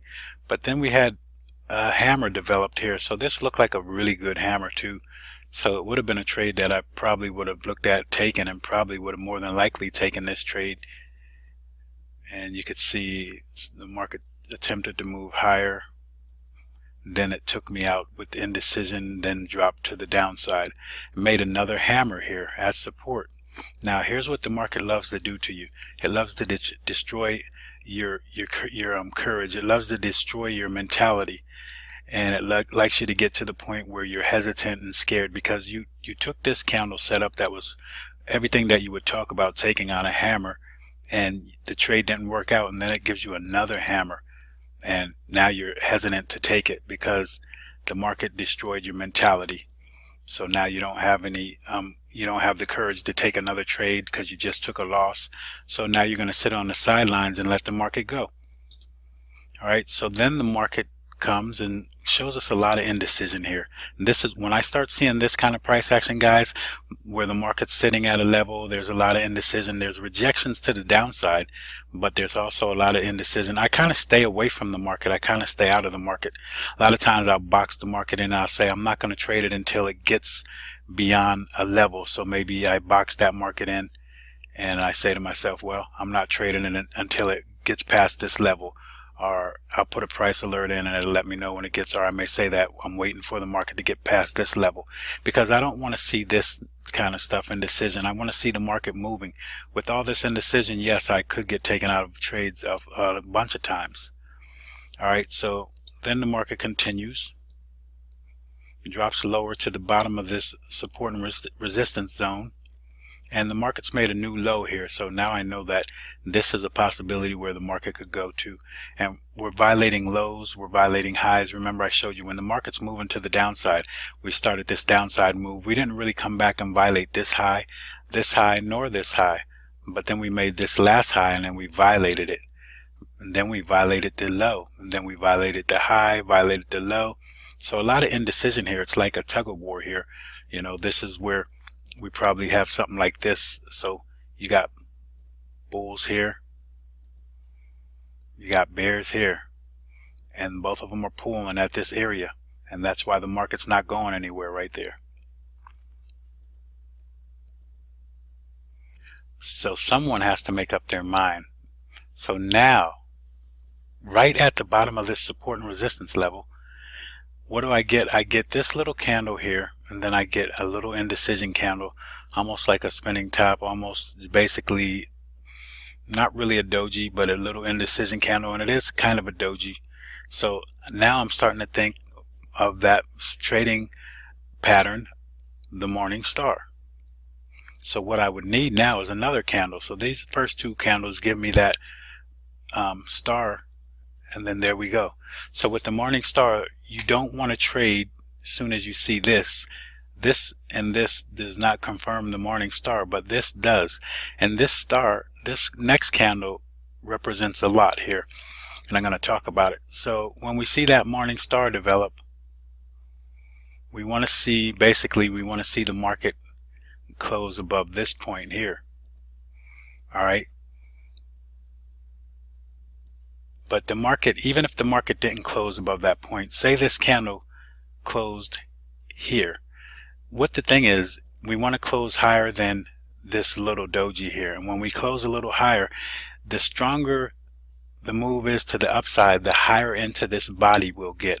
So with this one, we closed above the high, so we knew this was probably a pretty good trade. So right here, we're going to have our entry right here. So here we put our entry, and we'll make it green.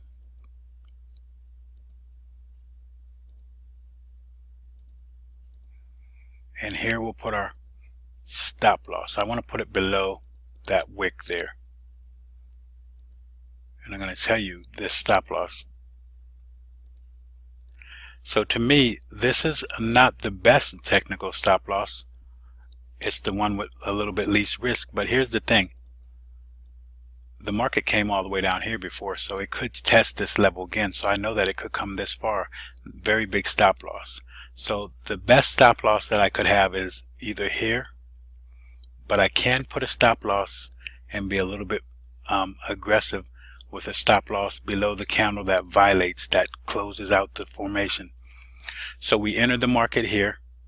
Now if this candle would have closed right here, we would have entered the market there. All right. Now what I like to see, I want to get above this level here. So this is going to more so get into our trading style when we start talking about inside trading, when we trade inside out. So the market's inside of this box here and trades outside of it.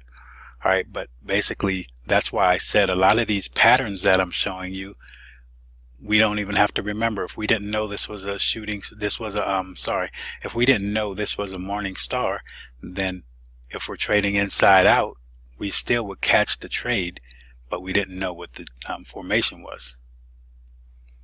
But we're going over the formation, so here's what it is, and the candle closes here. So where's my next level that I'm going to look to take profit, or at least look to where I might want to take profit? It's going to be to my left where the next support and resistance level is. So that's a good move here. We'll put a pending order in and let's see what happens.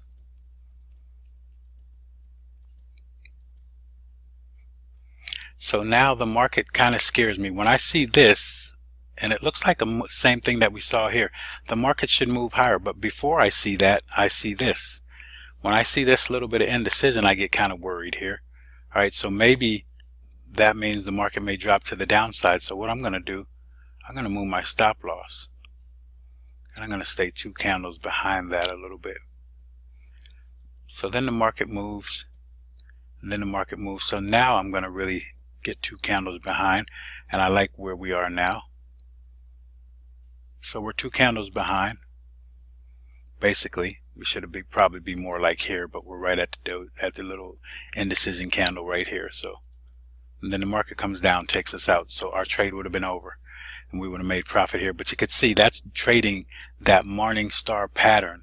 All right, and so that's really all you have to do with that. So no matter where this candle closes, so say my green line here is the close of this candle here. If that candle closed here, I would have taken the trade. But the safest trade with more higher probability is to get above this level with a close. But the higher up into this body that the close is, the higher the probability. So if this candle closed here, a little less probability, but here, here, and then finally up here, and then it closed above. This gave us a strong probability, strong indication, strong buying pressure here. You could see there was a lot of indecision here. And then the market dropped with all this indecision, and finally there was a choice made, and then it took off to the upside. So that's trading the morning star pattern. Now we'll go look at the twin brother, well, almost the opposite twin brother, which is going to be the evening star. And of the 2 patterns, I find that the evening star gives me a better profit than the morning star most of the time. All right, so let's go on and look at the evening star pattern. Okay, so I want to take a look at another morning star trade opportunity, show you how to trade this again. But now, first of all, I'm looking at the overall market, and I can see at this area here, we're pretty much sideways. I'm pretty much in a range here, so I'm not going to trade too much of anything. When I look back at price action, I want to see a good moving market. I don't want to see all this kind of stuff here. Now this is a range, so I could trade this as a range, but I really don't like the price action on it when I have a lot of candles that are bouncing off of a level with a little bit of indecision and then not making a clear-cut move. But now here it looks like we had a good move, and then we had a nice move off of here, moved up to this point. So actually the moves aren't that bad, but sometimes you get into a range and the range is very sloppy, so I stay away from those sloppy ranges. So we're really not looking at a range trade here. What I'm looking for is to see which way the market's going to go, because I want to get back into the trend. So if the market I box this market in, because once it breaks out of this level, then I'm going to be looking to trade whichever direction this market decides to go. All right, so we'll see which way it goes, and see with this rejection here, we start to think, just as we saw rejection here, we start to think that maybe we're going to go to the downside. But the thing is, we've hit this level 3 times. Eventually, we have to lose this struggle here. But there is indecision here because, and with the rejection, so there's not a clear-cut decision on which way the market's going to go. But then there is a clear-cut decision here with a monster candle, a strong bull candle to the upside. So I'm going to remove this level, and a lot of times, let me show you what else I do. So we break out of that range. A lot of times I'm going to look for the market to come back to that level and then trade it. All right, but we have a nice support and resistance level here, so we're going to see which level the market wants to honor, because it sometimes comes back to the range level here. So we'll see if it comes back to the range or to the support and resistance level. Okay, so it looks like we got into a nice move to the upside, and now the market's moving higher. We pulled back here a little bit.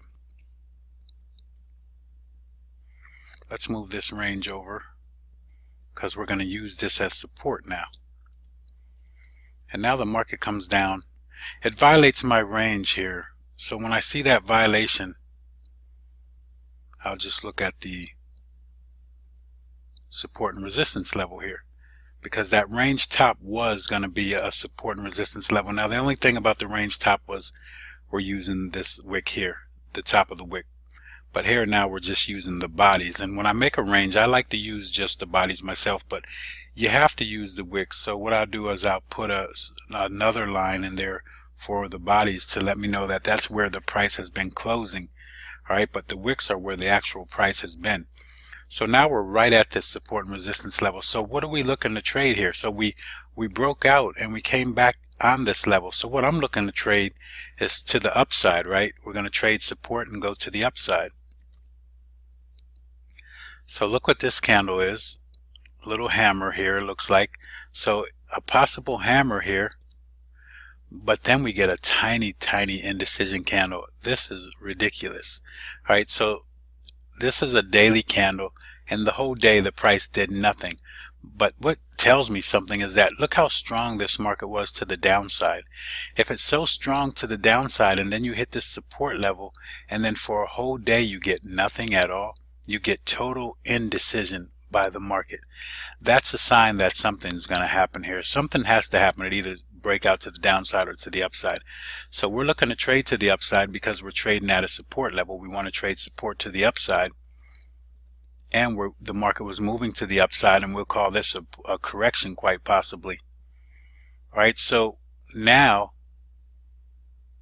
I'm almost trading the hammer, okay, but I do see this nice indecision candle. So let's see what the next candle gives us.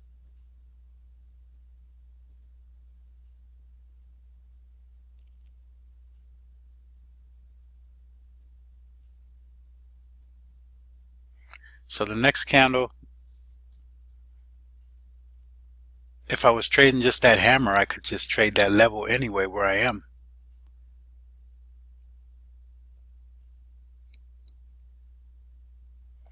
Without really even taking note of that indecision candle. But now look what happened. So we closed. Let me remove that.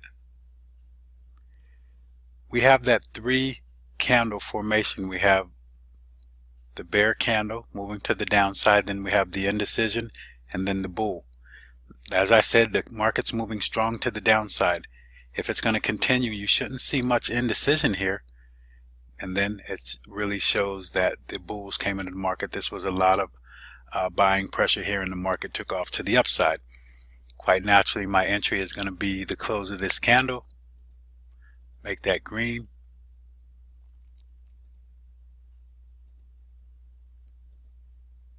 That's my entry. My stop loss has to be minimum below the support and resistance level here. So I'll just use the wick here. And that's going to be my support and resistance level. So now let's see where this market goes. And my target, always looking to my left, I'm going to go to the next support and resistance level. And boom, the market hit that support and resistance level. I'm kind of scared you here. You probably would have taken your profit here. You probably would have been out of the market. Wouldn't have made too much profit after this move because you had such a strong move to the downside. We probably had another chance to really get in, but we didn't really bounce off of that level. But this trade, if you could manage this, because this would really be scary, you really don't know if the market's going to continue. If this is just a move to the upside, then a pullback, and then a move to the downside, because we had a bearish engulfing here.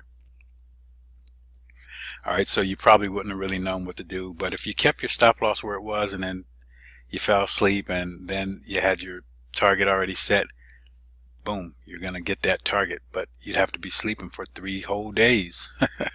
All right, so I don't think many of us will be sleeping for 3 whole days. But anyway, that would have been a good trade to the upside, and you always look for your levels for you want to take profit, or your target levels based off of support and resistance to your left. So this was a nice, a very nice morning star trade, and that's what you would be looking for, guys. All right, so we're pretty much done with that morning star.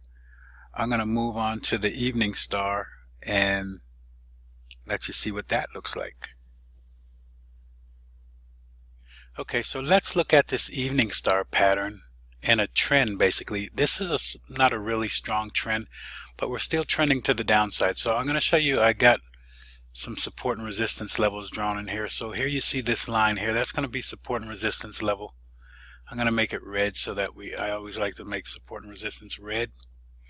So you could see that's a little bit of a support and resistance level. And the market's trying to move to the downside, but it's more sideways. Then we got a little move to the upside, and then we pull back a little bit more.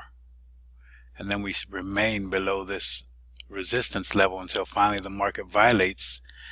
But we're still below this level, so we're trying to move to the downside. So it's not a super strong trend, but we're looking to trade to the downside, but now price violated this resistance level.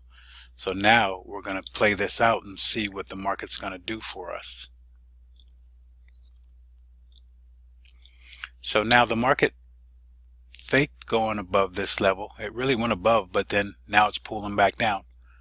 All right, so now with the market pulling back down, we are looking to trade to the downside off of this resistance level. So we have a moving market to the downside, a little trend started to the downside. So now you get your pullback, and your pullback is right to the support and resistance level right now. And then with that, you get this candle here. So now we do have the 2 candle formation started, because we have our first candle, which is bullish, and then we have an indecision candle. This is a nice big doji here, but it's basically an indecision candle because the market opened and closed pretty much at the same level. If this trend is going to stay in context, or this correction to the upside is going to stay in context and continue moving, it shouldn't find hesitation here. It shouldn't find indecision here. It shouldn't find exhaustion here. It should be strong enough to continue moving to the upside. So with that exhaustion and with that hesitation and indecision, I want to trade what the market shows me. So if the market shows me that it can't go above this level, then I want to trade below that level. So the way that I would look at that is, if I'm trading to the downside, following the trend, so our trend is to the downside, market moves higher. If the market closes above this level now on the next candle, then I would not trade this pattern. But if the market does not close above this level, and as long as it doesn't close above this level, now I just want to see the market close outside of that level.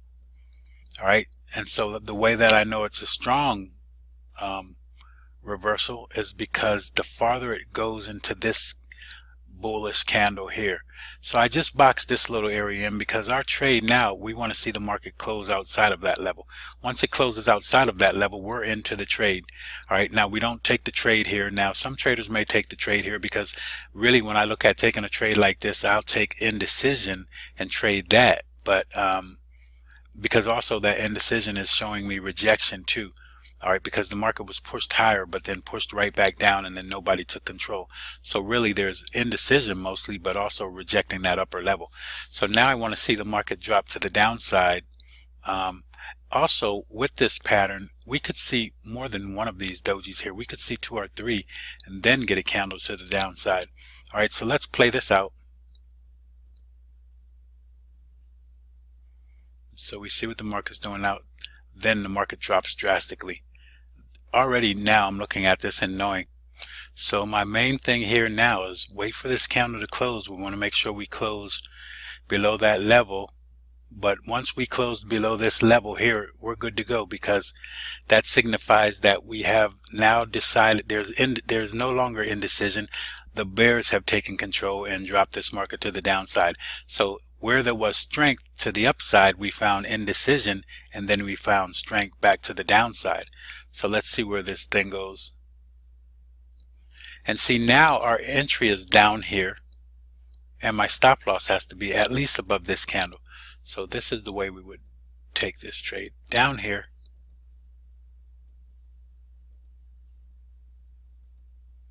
my entry would be here, and my stop loss would be minimum at this candle here. Alright, big stop loss. If these stop losses are big, when you have some of these 3 candle formations and you can't get into the trade, well, it's just a trade that you miss out on. And then also you could even put your stop loss above that level. But now the other thing is, this indecision candle, this doji, we trade this doji pretty much like we're trading the hammer, the hangman, and everything of that nature. Where we see rejection, we want to trade that rejection to the downside or to the upside, whatever. So we're not really discussing this, but when I see this, a lot of times I'm not looking for the third candle. I'm not looking for the third candle to be, you know, to tell me that this is an evening star. A lot of times I'm putting my entry right here, and I'm going to limit a lot of risk, because if I have indecision and then the market decides to go to the downside, I'm good to go. If it decides to go to the upside, my risk is a lot less just playing this indecision candle with a stop loss above that level. But playing this evening star, this is where we would enter, and then when you look to your left to find your targets, as usual, you look for support and resistance levels. Now, and I'll go past this level because that is right next to where we are, and then the market takes off and moves to the downside, and you got yourself a good trade. Now, when I see a lot of candles like this and I'm following two bars back, maybe I might move my stop loss down to this point and then let the market trigger me, and it didn't. So I stay 2 bars back, I stay here, and then I'm 2 bars back. I'm really going to be here now. Also, I have a fractal.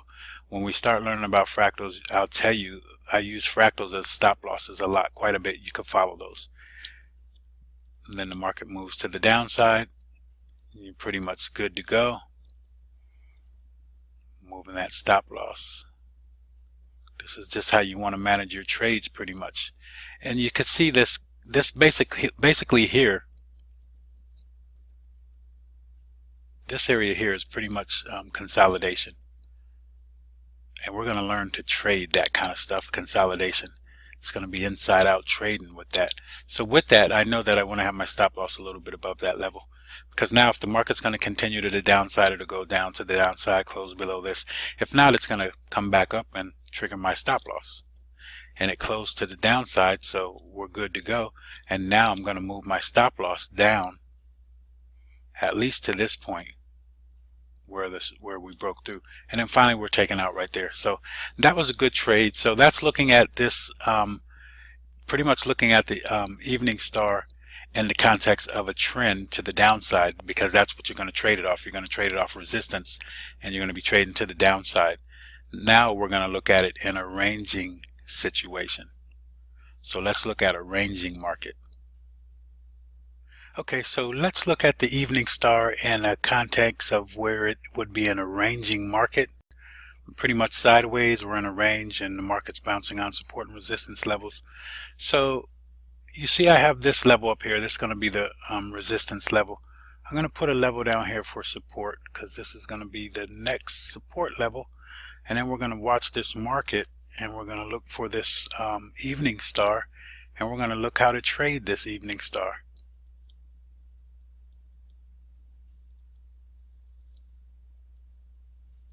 So the market's sideways, as you can see, and it's in a range. Didn't quite hit that support and resistance level down here. So just remember, support and resistance is not really a line, guys. It's a zone, it's an area.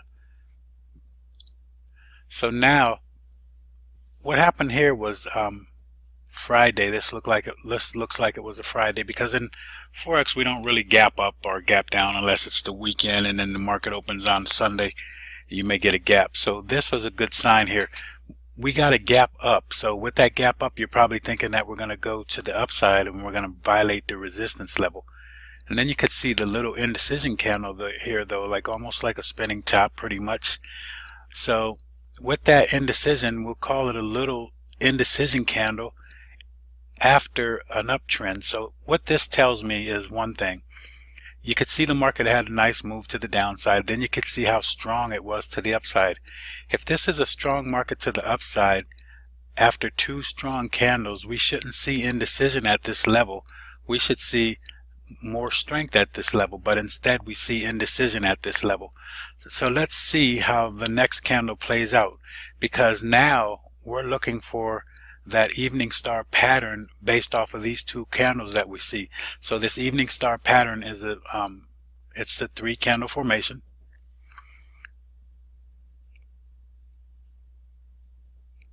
Okay, so now I am really starting to think that this is an evening star pattern.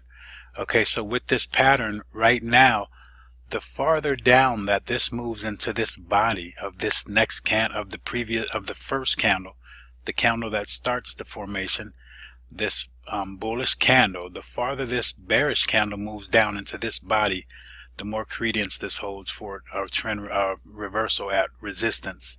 Okay, so you can see we're almost halfway through that body. So that's going to show us some strong downside momentum there. And then you can see it continues and it goes even deeper. All right, so the way we would trade this now, it's going to make us have a very big stop loss here. All right, so you see where the market closed. The market closed right here. This is not an evening star pattern until we get a close on the third candle. The third candle has to close bigger or farther down than this indecision candle. So it did that, and then the market, it closed almost even like 3/4 of the way through this candle here. So that was strong momentum to the downside. So I probably don't take the trade because it's so far away, and I want to be as close to this level as possible, as close as to support and resistance as possible when I enter a trade. This is a range, so we're pretty much near the middle of the range by the time we enter the trade. So it's really a big stop loss. So a lot of times you'll have a trade and it would be a perfect setup, but it's not a perfect trade because maybe the stop loss is too big for you. So every perfect trade is not a perfect trade. For some people it is, and for others it may not be. So if this stop loss wouldn't be too big for you, then you can take the trade. Now there's a couple ways that I would play this. So I would definitely enter here with this candle, with this close of this candle. So that's going to be our green line. Okay, and then this, my stop loss has to be minimum at this candle here. Okay, but ideally I would want it up here, so you could see how big the risk is. The risk is very big, but ideally that's where you're going to want to have it. Okay, and so our first target's going to be, actually I'm going to play this to the bottom of the zone. I mean, I could look for this level for my first target, where I'm going to look for maybe, okay, so this is going to be our level where we start to look for the market to maybe pause and go to the upside. And if it violates this level, then our next level will take profit at the bottom of the range. All right, so we see the market approaching that level. Looks like it bounced off. Now here you may get nervous and take profit because you could see a good bounce off of this level that's pretty much support and resistance. So you probably would look to take your profit. And then the market comes right back down and hits your level right here for a good trade to the downside. And that's where you would have got your profit. You would have profited this whole trade here. All right, so that's looking at the evening star in a range situation. All right, so you can use it at resistance where you're going to trade a sideways market, or you can use it at resistance where you're trading a market to the downside.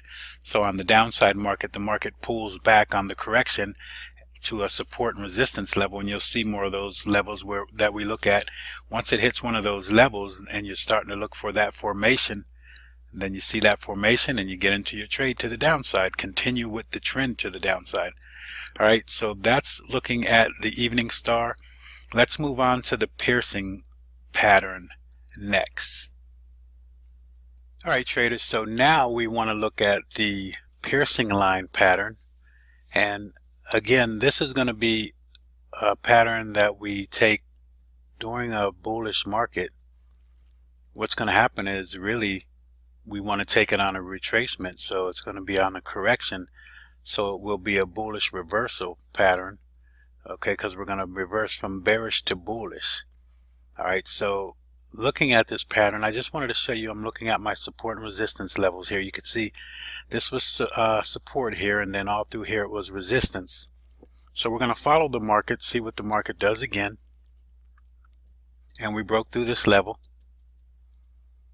Then we came right back through this level. Looked strong. So it appeared that usually when you break support and resistance with a candle and it's a strong big candle, that's an indication that the move is going to continue to the downside or to the upside, whichever way you broke. Okay, but here we didn't really continue much, and let's see what we do here.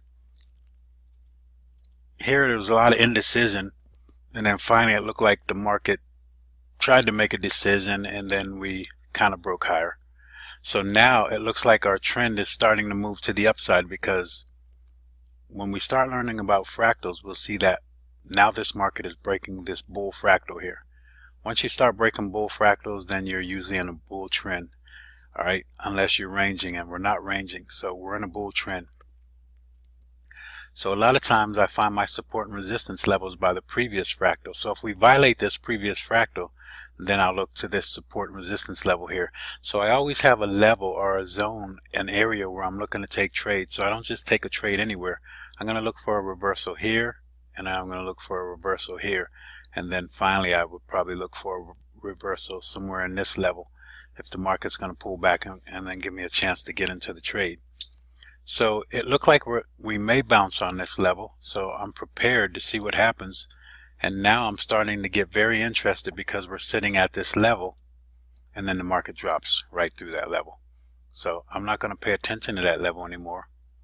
I'll delete that. Now I'm going to pay attention to this support and resistance level. And this was a fractal level. A lot of times the market pulls right back to these fractals. And a strong trend, you probably want to come back this far, but you see we're moving to the upside. Okay, so we have a fractal here, bear fractals here. We haven't violated these bear fractals, and that's the main thing. So now let's see what the market does at this level. So now it developed that piercing pattern that we said, because that candle closed greater than the halfway mark of this candle. This red candle here, the halfway mark is probably around there, roughly. All right, so we're going to mark our entry. That's not going to be our entry yet, but I'm just marking where that midpoint of the previous bear candle is. Okay, so you have the market moving higher, then you get a correction, and then you get this piercing pattern here. Okay, and the first thing you're going to start to notice is we bounced on the support level, and then we started to develop a tweezer bottom, and then that tweezer turned into this piercing pattern once it closed. So with the close, I already know what I want to do. I know that I want to trade this market right here. So I would take my entry there, and I would take my stop loss here.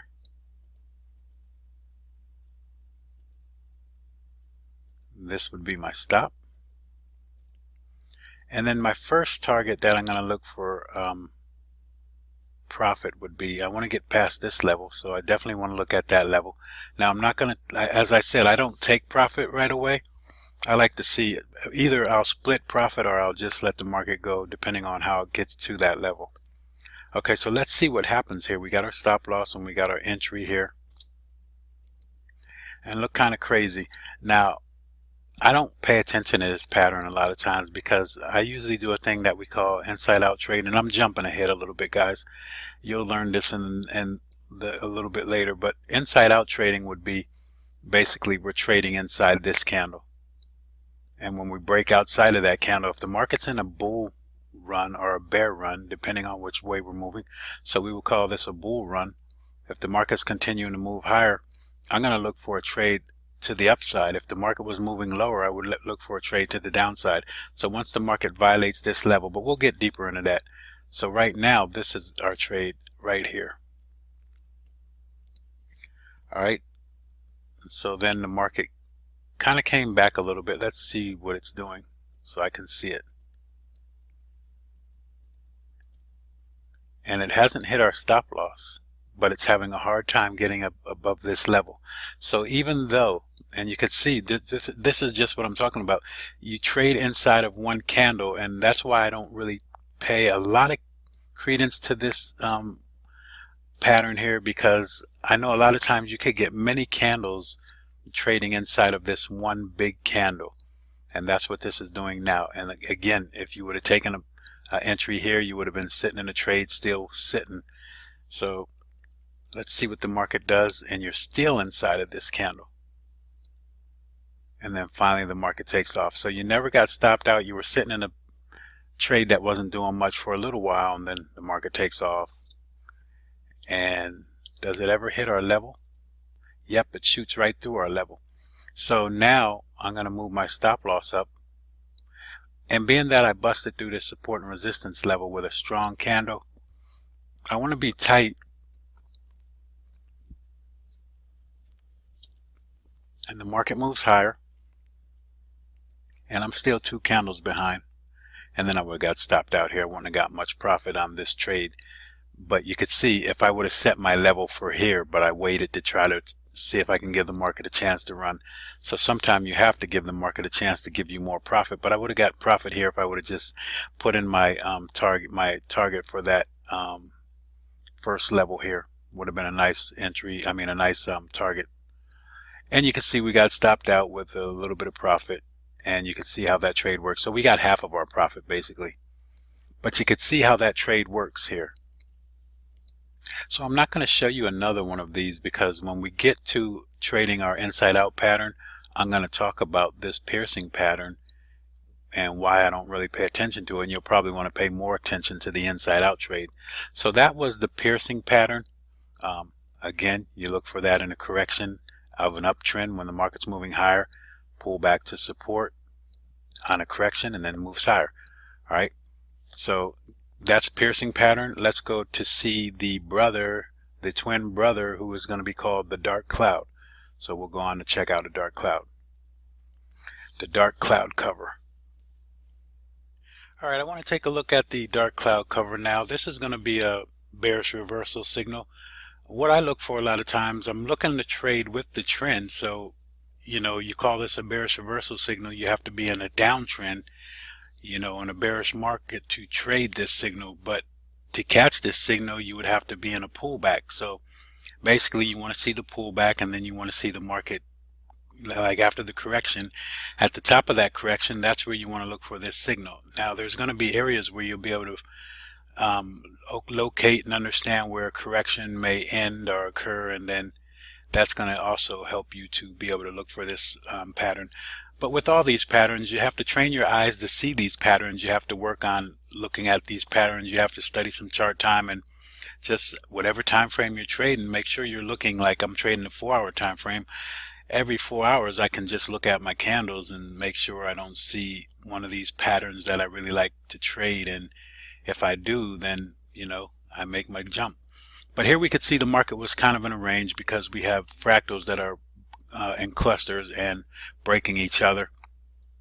Once we learn more about fractals, we talk about fractals, you understand more about that, because that's going to be all about market structure.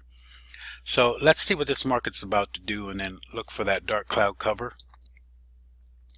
So here we have a support and resistance level. You could see this, that was pretty much the bottom of the range. You could see the top of the range here, kind of sliding off to the downside, but this will be the top of the horizontal range. The market violates that range and violates the level down here. So we violated the support level, which is now resistance. That's what we want to look for. Now we want to look for the market to bounce off of resistance and trade it to the downside now, right? So the market continues moving to the downside, but then we hit this level right here. All right, so now we want to look to see if we can find one of our signals. So every time we get at one of our support and resistance levels, or one of our pullback points based off of fractals or whatever we're trading, there's where we start looking for pullbacks or looking for price action entries. So this is where we want to start looking for that price action entry. So we're going to let the market move a little bit. Look at the next candle here.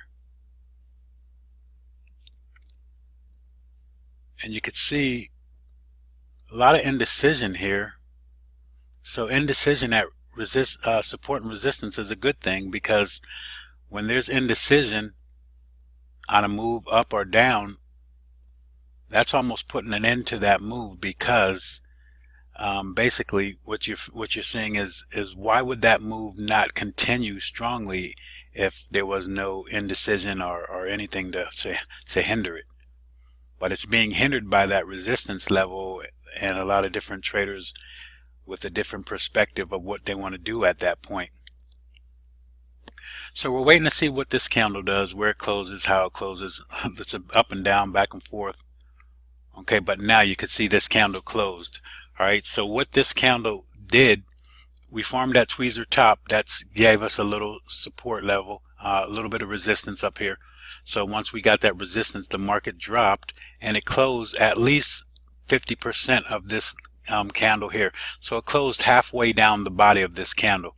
So halfway or more is what you want to see, at least halfway, but more the better, because the more it closes down this body of this previous candle, that tells you that there's even a higher probability for this trade to go to the downside, because you have that much selling pressure at this point.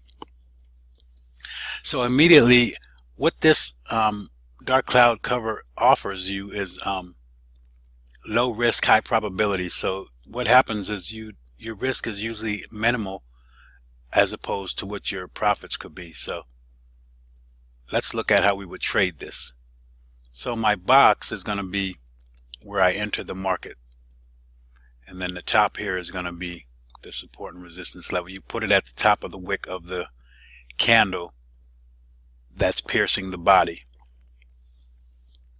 So that would be my entry there. Then we'll let the market move. And my risk reward is going to be really great with these kind of trades, because you could see my risk wasn't that big, and I've already matched my risk. And then the market continues to go to the downside, and you can see how this trade worked out.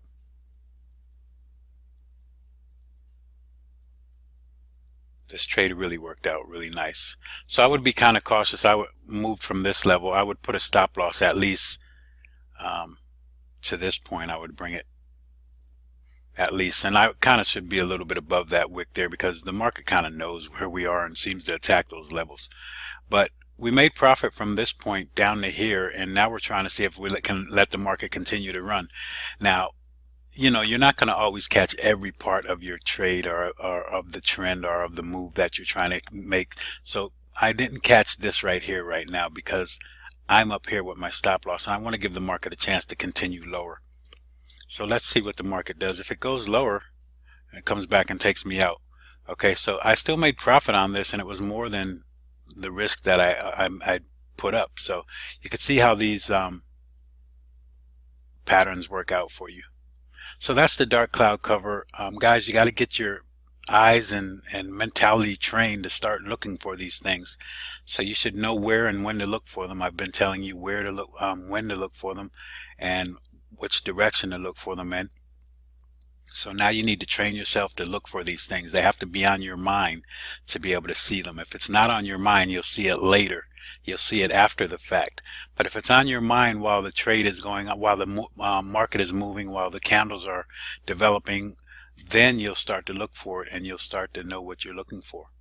All right, so that's going to be the dark cloud cover. From there, we're going to go to the 3 inside up and the 3 inside down, and then we're going to get into some other serious things. So that's it for dark cloud cover. Next up, 3 inside up. Okay, so we're going to look at one of my favorite patterns, the 3 inside up, and I'm going to tell you and show you why in a few minutes here.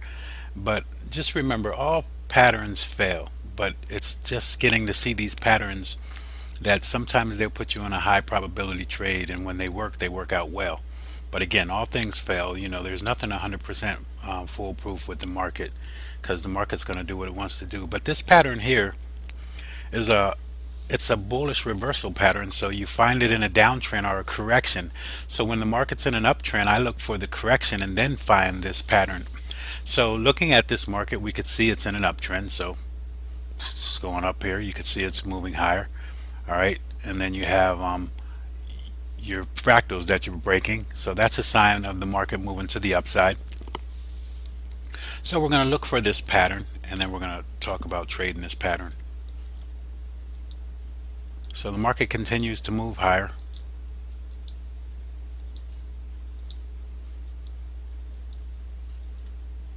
and continues to kind of go sideways a little bit, but we're still moving higher. So you want to start looking for this pattern now, because first what happens is you see the market's moving higher. We had a little pullback, then a move higher, then a pullback. This isn't a great trend here, but the market's moving higher, pulls back, moves a little higher, pulls back. Here's where I'm getting interested. Now, we always want to find a support and resistance level or something to trade off of. So we're looking at this level, and we see that we have another candle. Your first candle is bearish. All right, so the very first candle is bearish, but then we get a bullish candle. That's an indication of what may come. Okay, so with this, we want to see the next candle close outside of this candle. So you have a bearish candle, and then you have two bullish candles, one closing outside of the other. And this first bullish candle, you want to see it close 50% or higher of this previous candle. That's what signifies more strength. But to me, really, once I see a candle inside of this candle and then the second candle close outside, it really doesn't matter. I don't really look for a candle to close 50% or higher, but it does give you a higher probability, and it shows you that there's more buying pressure or more momentum into the market at that point. All right, so now what we're going to look for, we already see the market, so get used to boxing the market in, because this is going to become a very important part of your trading. Okay, because you want to box this market in, and then the market has to go one way or the other. So now I don't see that pattern yet, because I need the next candle to close outside of this candle here, after we already had a green bullish candle. So let's see what goes on. Next candle.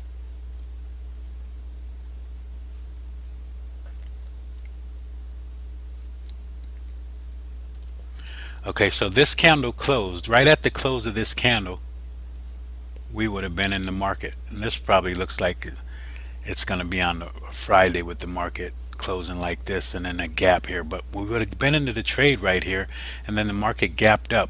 All right, so this is more likely a Friday, but this is still showing you how to trade this. So this would be where we entered the market right here.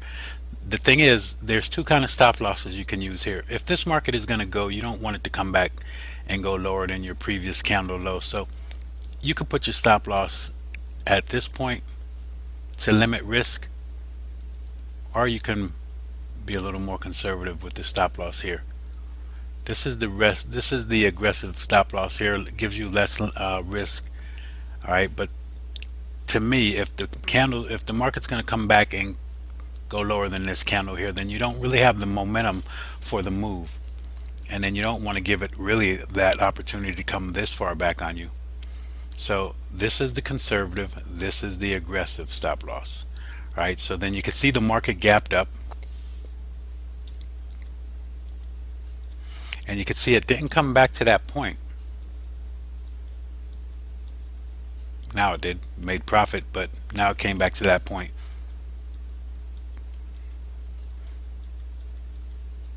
And now the market's moving again. Okay, so now the market's moving again. Let's take this off.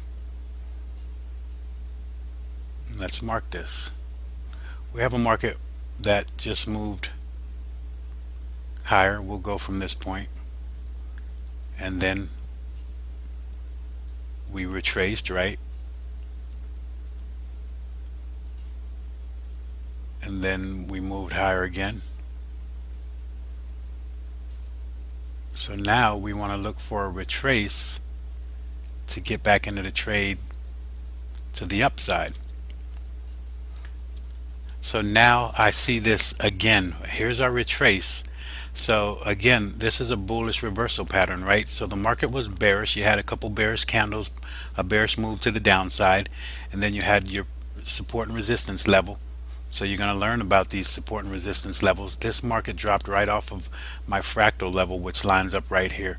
We're going to learn more about those fractal levels, and it bounced right there. So let's see what this market does. So now I'm interested because I see this pattern.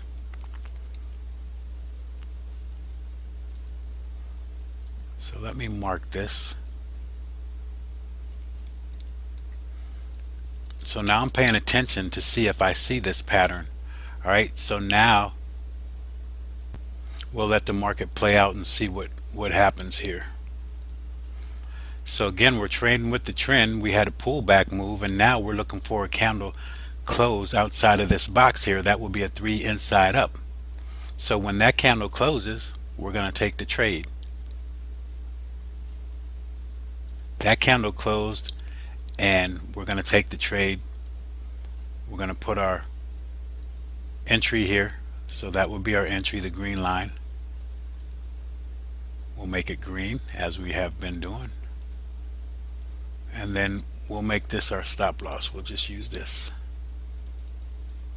So this is the aggressive stop loss, but I feel like if the market's going to come back that far, it's not really moving for you, and no need to be back this far. So we are here with our stop loss, and then we're going to see what this market does. Let this market go. Okay, so let's get her moving.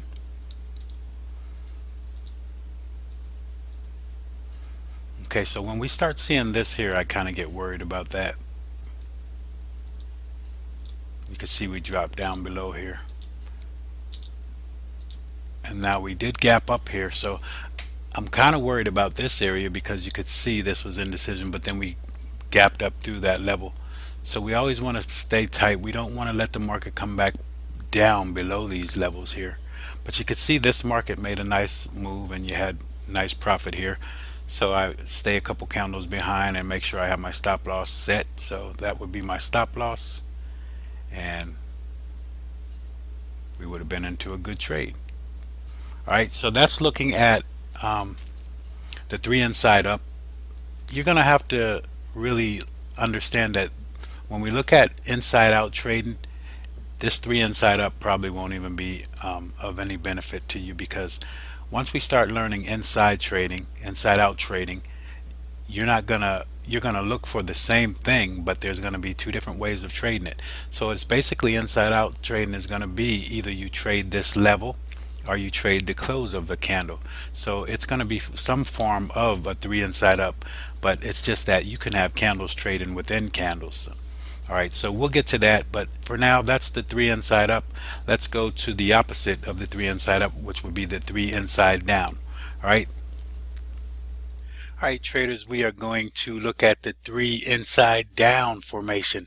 I'm not going to spend a lot of time on this formation. Pretty much same thing, 3 inside up or down, because basically when we start trading inside out, you're not going to really be looking for the 3 inside up or down, because it's going to be automatic when we're doing that. So we'll be in more detail, and you won't even have to really look for this pattern, but it's good to know these patterns and good to know these things. So this time I'm going to show you in a little different context, because basically when we're looking at 3 inside the 3 inside down, the way that I look for it is for the market to be trending to the downside. And when the market's trending to the downside, when we get a correction, at that correction point where the market starts to correct and then come back to the downside again when the correction is over, that's where I would look for my 3 inside down, all right, to trade along with the trend to the downside. But here we're going to trade off of a resistance from the top and trade that down. All right, so let's watch this market as we move higher.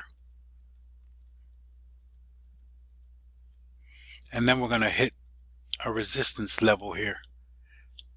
All right, so now we hit this resistance level, and now we start looking for, this is where you start getting interested in your trade, when you start seeing getting near this level, now you're starting to look for the price action entry, short or whatever way you're going to be going.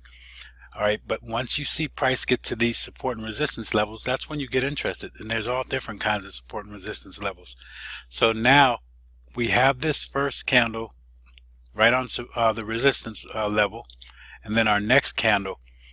This is almost a bearish engulfing candle, but the thing is we need to close outside of this low. So we're still inside of this candle. We want to close outside of that low. So we don't have the full pattern yet. So we need to wait for the full pattern, and we'll see what happens.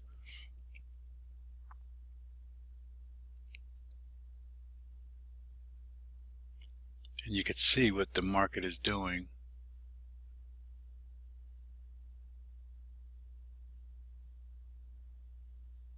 And then the full pattern closes down here. So the way that I would trade this now, this is going to be my entry right there. Right, so we're going to enter there, and this is our stop loss up here. All right, I probably would be a little bit higher based off of support and resistance level. I know the market may come back and bounce off of that level again, so I want to give it a little bit of a buffer. But you can see this when we start trading inside out again, you really won't be looking for this. I'm going to give you something much easier and much better to look for. But here's our trade, and let's see what happens. So we'll mark this with a green line to make sure we all know where the entry is. So this is going to be our entry, and then we're going to watch what the market does. And you would have been in a very good trade.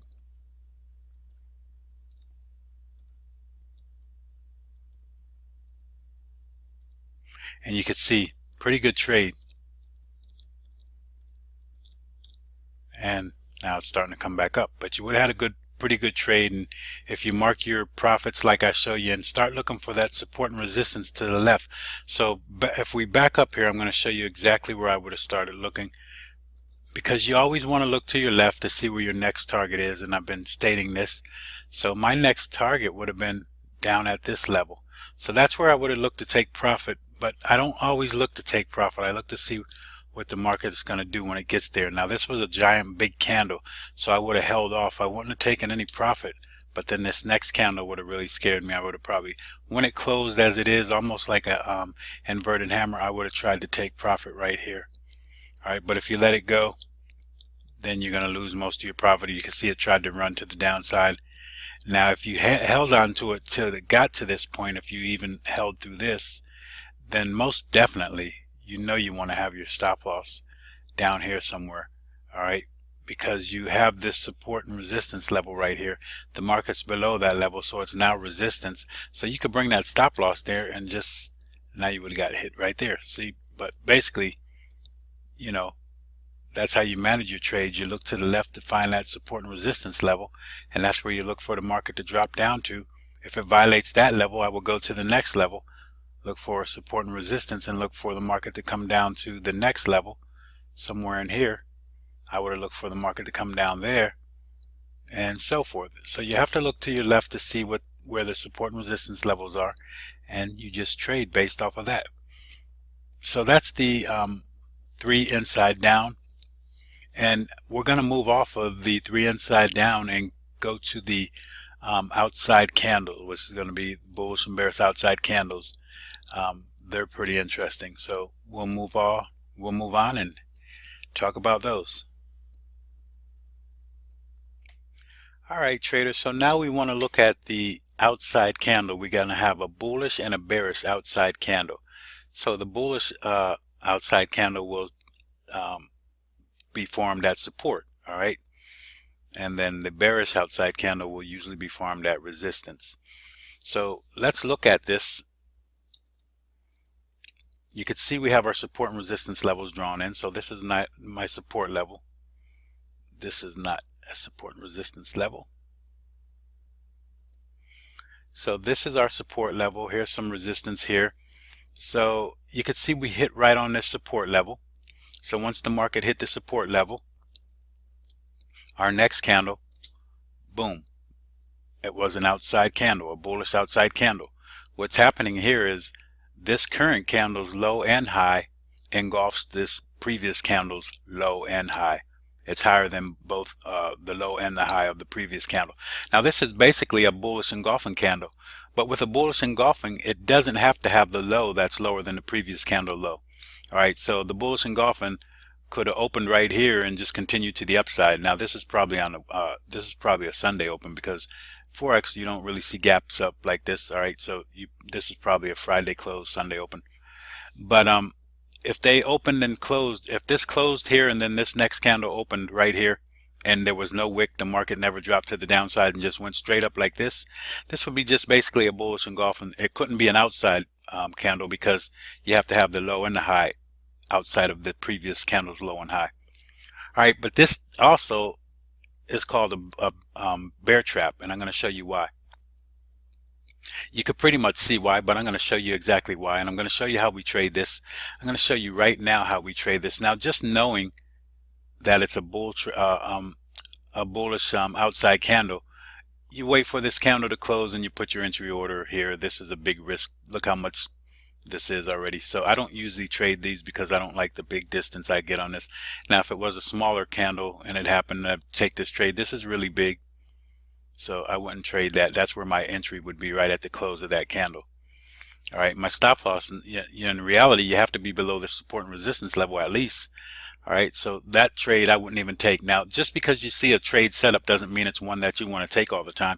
I try to tell people that all the time. If it doesn't align with your risk management and your money management, you can't take the trade. So you could pass on a bunch of trades because they don't fall in line with your risk and money management. Now, they may be perfect trades as far as the setup, price action wise, but your risk is much too big. All right, but with this here, we're going to show you just why this is called a bear trap. So the market's coming down. All bears in the market right now. The bears are controlling this, and there's more people that want to jump on the train here to the downside, because this is a support level here, and you have breakout traders that like to trade breakouts of support and resistance. So breakout traders are going to trade this support level to the downside. So you're going to have a bunch more bears jumping on the market here, and these sellers that want to get into the trade. So let's mark these levels here. So let's say in this area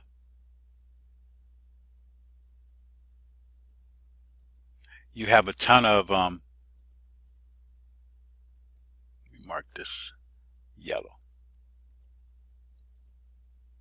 Okay, so this is going to be where we have more orders coming into the market. This is where the market's getting consumed, and we're going to say we're going to split this. All right, so maybe here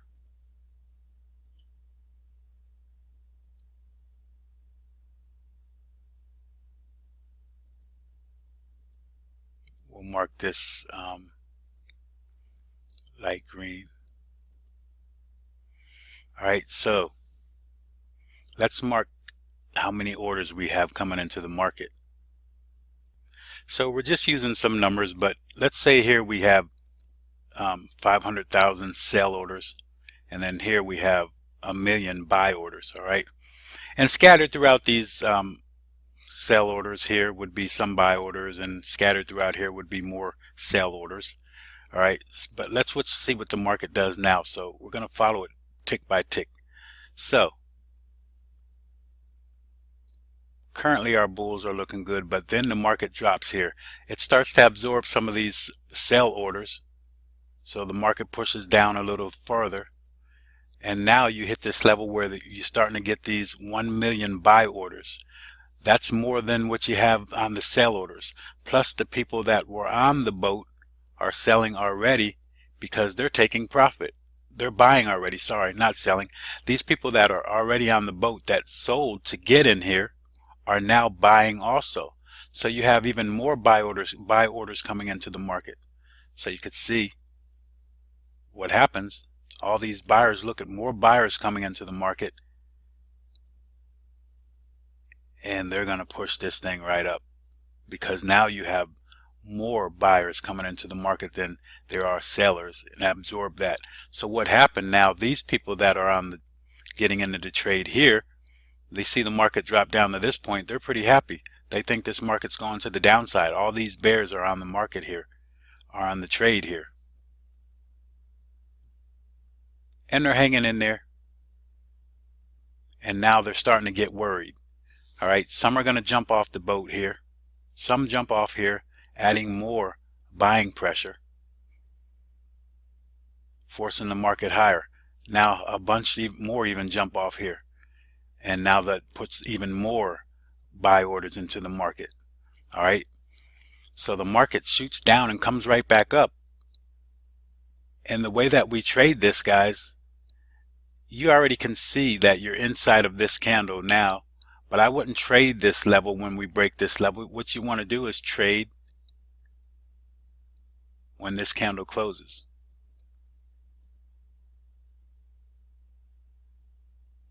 So now you would be in the market right here. Now the thing about this, I want to say again, every trade is not a good trade, because some trades are going to take you, your stop loss is going to be much higher than you want it to be, and if it doesn't align with your risk management and your money management, then you can't take a trade. I mean, you can have tons of good setups, but if they don't align with your risk management and money management, then you can't take a trade. A lot of times I won't take these trades because you have such a big candle like this. Now sometime you won't have it, it won't be that big, so you have an opportunity to jump on something like that. All right, so this is a classic bear trap bullish outside candle, and you can see what happens. So if we took that trade, let's say we entered the market here, we have to have a stop loss at least below the wick here, or the minimum we could be below this support and resistance level. So that's quite big. So let's see what the market does. We'll mark this green to let us know that was our order, our entry order. But again, this is probably one that I wouldn't take. You're not going to take every single trade that you see happening in the market, good or bad. So then the market moves, and then here I get worried because I see indecision up here, so I definitely want to move my stop loss even tighter with that indecision. And then the market shoots down. All right, so it would have been a profitable trade, but look how far you had to wait to get into that trade. So sometime you're not going to trade these, and they're very big a lot of times. So that's looking at your classic bull trap, your classic bear trap, and your classic bullish outside candle. All right, so now we're going to look at the bearish outside candle. Same thing, but you just find it at resistance. Okay, I just wanted to take a look at a bullish outside candle during a trend, so you could see. I usually don't trade these during a trend, and again I'm showing you why, because they're so big most of the time that, you know, your stop loss is going to be pretty big. So you could see we're in a trend. We'll mark the, you could see we're going to the upside, so we're in a trend here. And what we have is the market pulled back, then moved a little higher, then pulled back, then it moved a little higher, then it pulled back here. And then you could see right here, this next candle, you have the red candle here, and then you have this big giant green candle. The low is lower than this low, the high is much higher than this candle's high. This is a bullish, this is a big giant bullish outside candle, and I wouldn't have gotten in on this trade here because my stop loss has to be at least somewhere down here, and I wouldn't have gotten in on that trade. But you could see the market moved higher. All right, so that's looking at the bullish outside candle in the trend. All right, but most of the time you're going to look for these at support. Now, I wouldn't really have said this was support, and you could call a pullback a support level, because a lot of times a pullback will pull back to a correction will correct at a support and resistance level. So if you found this to be a support level, it would be a great opportunity to take a trade like that. But in the trend, a lot of times you'll see you can see the market pull back to a level. A lot of times we look for a pullback level, so a fractal, a previous fractal will be a pullback level. So if you see the market bounce like that and then give you a outside candle like this. It's an opportunity to get into a trade, but again, like I said, a lot of times they're very huge and you won't take those trades. So that's looking at the bullish outside candle in the context pretty much of a trend. So we're going to look at the bearish outside candle, and we'll do that from here. All right, thanks guys. Let's move on. All right, so let's look at the bearish outside candle. Now these candles are going to be more relevant when you find them at support and resistance levels, the bullish and bearish outside candle. You will see these in trends, but I don't follow it or look for it in a trend, and I don't really trade it in the trend. I trade it more at the support and resistance levels because it's going to have major implications when you see this at a support and resistance level, like a double top or a double bottom, something of that nature. Because you saw what I showed you with the bullish inside out. You saw how there's breakout traders waiting to trade those levels, and once they add to the input of the trade, it's just a bigger trade. It's much more relevant at support and resistance levels. All right, so let's look at this bearish outside candle at resistance. And the market's moving higher. Then the market hits our resistance level, and then boom, right on the level. All right, so now this is whenever we get into these areas, this is when I start getting excited about a setup, start looking for a setup.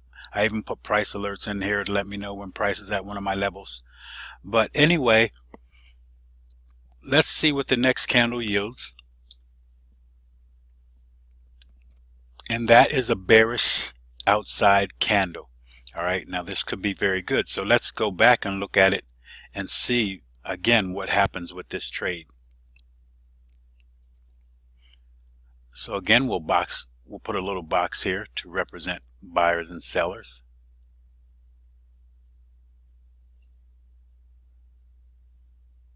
And this time I'm not going to put the numbers in. We'll just know this is an area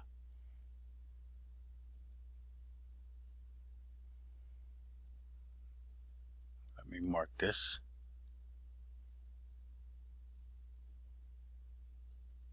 So this is going to be a strong supply area.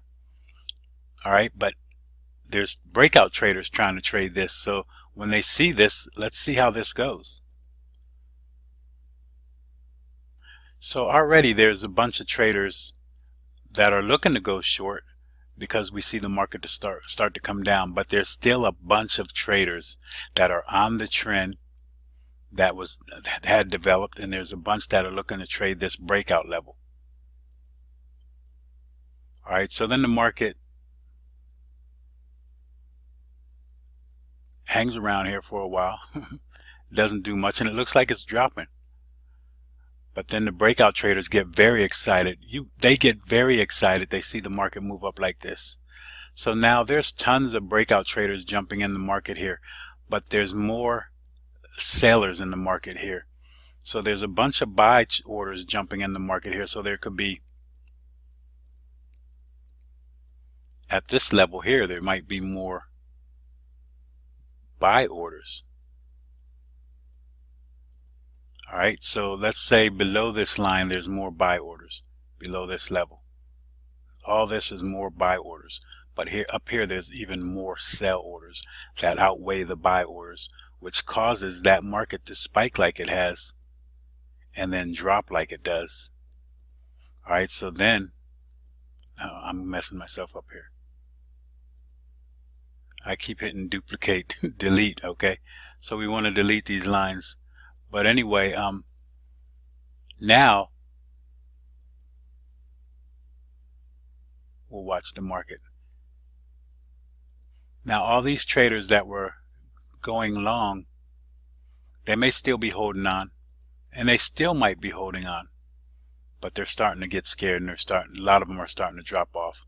And now you can see how much selling pressure is here as this market drops off big supply level. The market drops, and then these traders have to get rid of their trades that got caught up here. So this again classic bull trap. That's a bull trap. Caught the bulls going long on breakout trades, and then the market just dropped. The high was higher than the previous candle and the low is lower than the previous candle. We're in the trade right here. I would take this trade because it's not that big of a candle as opposed to the previous candle that we saw on the bullish trade. And my stop loss would be up here. All right, so now you would take that trade. Now you want to look for where your first levels, target levels are. First, I'm going to look for this level right here for profit target. All right, and I'm going to see if I can get through that level. So let's see what the market does. And it looks like it's stalling at this level. And now I could do a couple things. I could wait, or else I could move tight. So I like to move tight when I see a lot of indecision like that. But then I see this breakdown here. So I'm going to leave my stop loss there. So my next level where I would look for profit would be here. So supposedly looks like we may violate this support level. And then we want to look to see if we can make it to this level now. We have our stop loss here. We had a good entry here. And now the market almost attempted to come and take me out, but then it came down and hit my level. So now what I do, we hit our level. I don't have to take profit yet. I can move my stop loss a little bit above that level and see if the market can continue to go to the downside. And it went even farther. So now I'm in a trade from this point, and I have great profit already, so I can move my stop loss here. So the market has to come back and take me out if it wanted to, and it did. And then it really doesn't look like it knows what it wants to do here.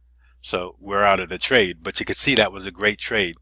That would be your classic bearish outside candle trade off of resistance.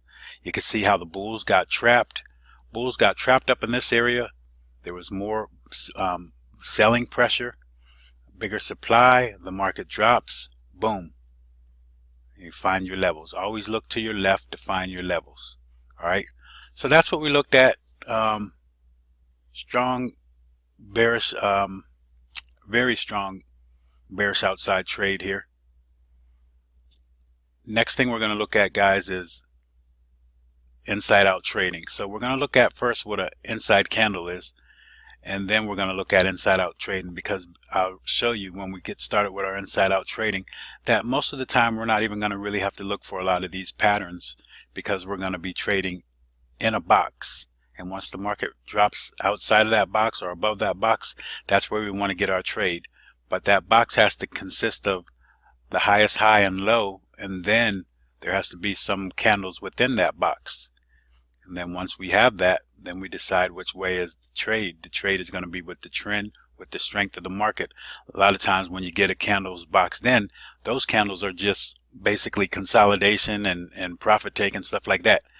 All right, so we want to make profit on consolidation and indecision, because eventually the market has to go one way or the other, and we want to be prepared for that. So that's what we have here. We're going to move on and get to the inside out trading. Okay, so we're going to start with learning how to trade inside out. This is what we call an inside out trade.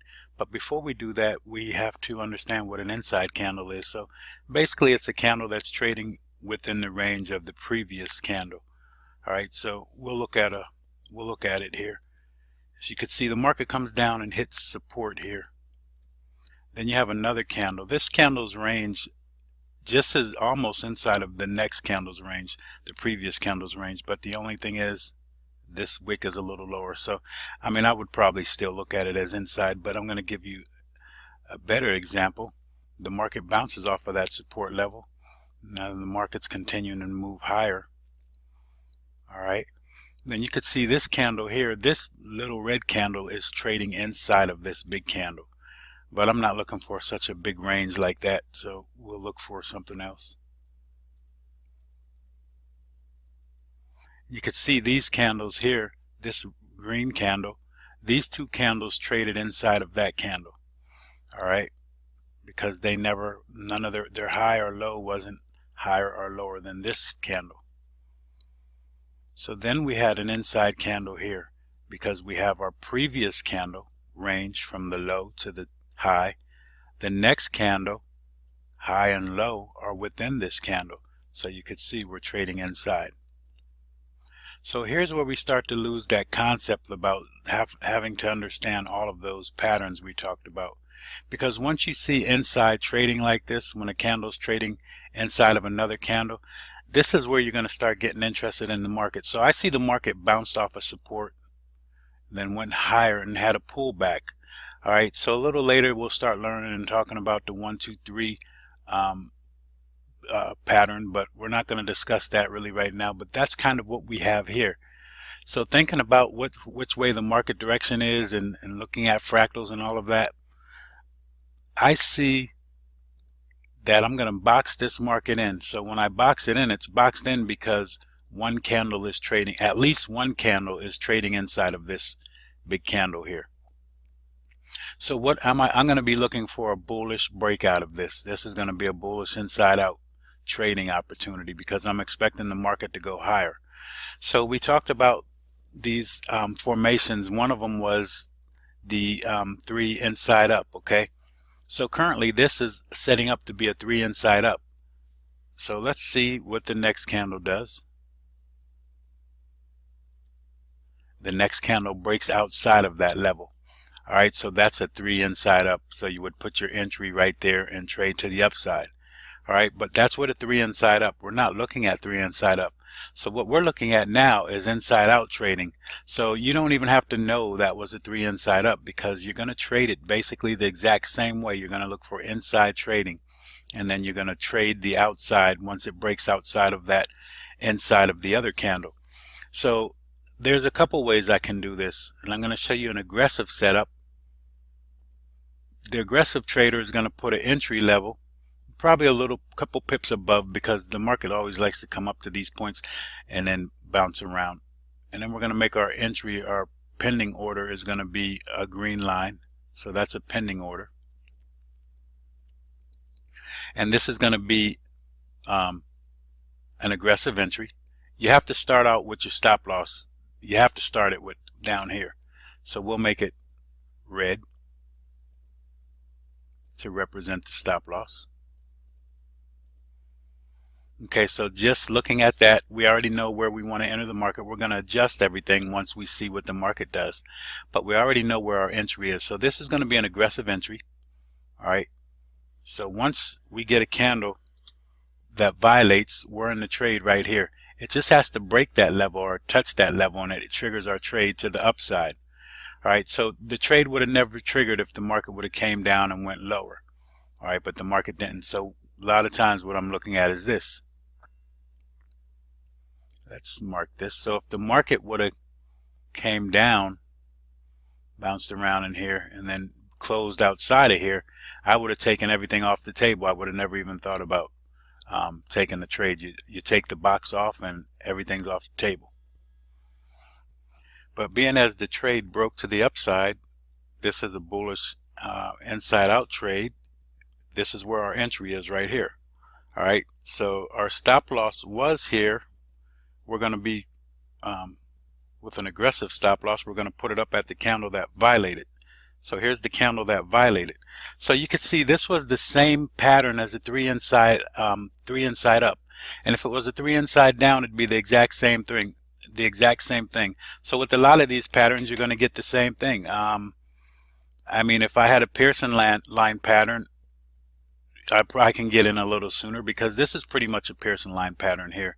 And I'd be able to take that trade, but I probably wouldn't take the trade in the environment that it is. I'd like to see levels getting broken. That's why we trade the breaking of the high level or the low level, because trading inside of these candles here, you know, you can range for a while. The market can come down, pierce you, then come back up.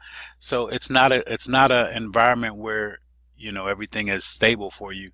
You want to make sure you start breaking levels before you really get into a trade, because when the market's moving higher, you're breaking these highs, right? But when it's when we're moving lower, we're breaking these lows. If you don't do that, then you're ranging, or else you're going to reverse the other way. So to be sure we not even sure. This isn't even 100% confirmation, but it gives you a little bit higher probability if you close above this high or break above this high, and we enter the market there. All right, so now we moved our stop loss up to this point, and so let's see what this market does. And this market takes off, gives us a good trade. And then now here's where I get worried when I see a little bit of indecision here, and I kind of move my stop loss. I tell you, we followed 2 candles behind. We would have been way back here. But when I see this kind of indecision, I start moving my stop loss up there. And then it triggered me. I'm out of the trade. And you can see the market drop. You see all these little candles, like this is pretty much indecision, consolidation. This is a little bit more consolidation, but then you could see the market drop. But we made profit on an inside out trade. First, we saw the concept of one candle trading inside of another. So we would call this the mother bar. And then this candle was trading inside of that candle. So the mother bar has a baby in there. The mother bar is pregnant with a baby. There could be twins in there. There could be triplets or whatever. It doesn't matter how many. It could go all the way to the end of this box here. You could have candles trading inside of that one candle. But once it breaks out either way, that's the direction we want to be going. Now, we don't want to go if it breaks to the bottom, because if we're trading in a market that's moving to the upside, then we're looking for a bullish breakout to the upside. If the market breaks to the downside and closes, then we just get the box off the table. All right. So that's looking at inside out trading. We're going to look at a couple more examples, because this is going to be one of the biggest concepts that we use, is this inside out trading. All right, so let's look at a few more examples. All right, so previously we looked at this candle here, and this was a bearish outside candle. So we looked at it as a bearish outside candle. All right, but also if you watch this market move on, this is an inside candle. Now this candle is trading inside of this bearish outside candle. So now this candle is trading inside the bearish outside candle. Therefore, we have inside trading. All right. So when we see a candle trading inside of another candle, and now we're looking to trade to the downside because we hit resistance. All right. So we always box the market in, and then we're looking to trade outside. So that's why we call it inside out. All right. And this here would be considered a big mother bar, as you have babies inside of the mother. So each candle inside of here would be considered a little baby inside of there, and we can have as many as possible in there. It could be 1, 5, 7, 10, whatever. All right. So I just looked at one where there's 16 in action right now in a true market, and I'll show you guys that. But when we see this, we box the market in. Now there's 2 ways to trade this. Again, you could trade it. We're trading inside out. You could set an entry order here. This is going to be your aggressive entry. All right, and we could do that. We do this in the trend. We do this everywhere. All right, so this is going to be your aggressive entry, and then your stop loss is going to be right here where this candle is, right here. All right, but I usually like to start out with this level. But really, if the market's going to come back and take you out here, then the trend is not ready to move. All right, and you don't have the momentum to sustain that move, so you probably wouldn't want to be in that trade anyway. So let's see what goes on. Then the market drops like crazy. So now I'm going to move my stop loss at least to break even, right? So we'll move it to break even. We'll take a little bit more profit. Then you see the market dropping lower.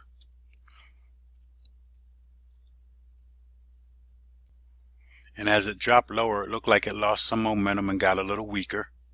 So the next candle traded inside of this candle. So this candle is engulfing this candle. So now we want to trade that. So we look at that, and you can see what we have here. So we're looking at this candle here, starting here, and we're trading inside here. So the market was moving to the downside. We're looking for a bearish breakout. If it breaks out to the upside and closes, then we just take this off the table. So then the next candle breaks outside. My stop loss would have been up here because that's the candle that broke. So we break now, and then we see where the market goes, and you made some good profit. You look to take your real profit at this level here, because this is your support and resistance level right here. So you've reached that level. Even if you started from this point, you look to take profit here, and you've reached that level. All right, because we always look to our left for the support and resistance levels, and that's where we want to take our profit. So we violated this level here, and so we're going to keep trading. All right, see what the market does. And now we're still looking to trade inside, right? But we always have a support and resistance level that we're looking to take our trade. So if we're moving to the downside and we violated this support, it's now resistance. We're looking to trade to the downside off of resistance. So the market gives us a candle, and this right here, you could really pretty much look at this and say it has a higher high and a lower low. You would call it an outside candle. I'm not going to call it that because it has no body. It's an indecision candle, and it's not it's rejection. It would have been rejection if it was on the upper side here, but it's not rejection here pretty much. So then now you do have what we call this a shooting star, all right, because you could see we have this long wick. So how do we trade a shooting star? So trading throughout this time, we've just crossed over two of the patterns we talked about. We're going to enter when the market breaks this level. We're not going to wait for the close. We're going to trade it aggressive and trade the break. Our stop loss will be up here. So we get a break. If we would have waited, we would have closed way down here. We took the break, and that limits our risk. We only have to risk this much. Now if we wait here, our risk has to be way up here. So we took this trade, and we did well in this trade. So it looks like we're doing pretty decent for the trade setups that I'm showing you. Basically, I wanted to show you the inside out, but in the process you could see we keep trading support and resistance levels and moving to the downside. So that's really your inside out trade. I'm going to show you some more, and then we'll look at some real charts that are live time right now and see if we see any inside out trade opportunities there and what I'm going to do and how I'm going to set it up. All right, so let's look at something else in context. Okay, so I want you to pick up on this concept of inside out trading, because I think it's going to be just something that you could really rely on. I mean, it's something that I use all the time, and also it's going to help you to eliminate having to know all of those patterns that we just looked at. All right, so it'll eliminate that because you're going to be trading half of those patterns just by trading inside out, as I'm showing you here. But let's look at this market and what it is context here. Now I'm not boxing this market in, but in reality I am. I'm not trading this box though. I'm just letting you see we're in a range here. So this market was in a range right here. So we want to see what the market does. It breaks outside of that range. It looks kind of iffy to take a trade here to the downside, because a lot of times these markets fade the breakout, so it'll break out and then pull back in, and it's showing like it's rejecting the prices, the lower prices. But then if you see, this candle is this here candle is trading inside of this candle. So definitely I'm interested in trading this. So now I'm just going to watch the market, and it breaks out and closes below. I'm in the trade right here. My stop loss is up above the box here. So we're in this trade. We take this trade to the downside right here. Okay, so you see we broke out and looks like the market's moving down. Our next target is going to be the support and resistance level. Most likely that's where we would shoot for our target. So we just watched the market, and we're going to remove some of these boxes. But if we even removing this box, you could see we're inside again. So you see we're trading inside again, and now we still have another candle inside. So we got two candles inside. This is not really even a candle. It's nothing really. Lot of indecision with that candle. And then the market drops to the downside way down here. This must have been a close on Friday. What you had here was a close on Friday. Then the market dropped down. So we're in profit. And the market moves a little lower. And then we just watch to see where the market goes.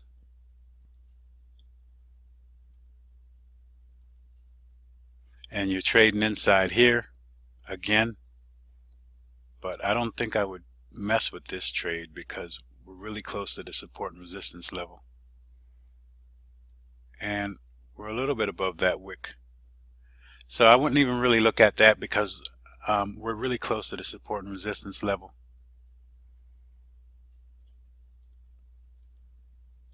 See what the market does, and then the market finds that support and resistance level here after we came from the trade to this downside here.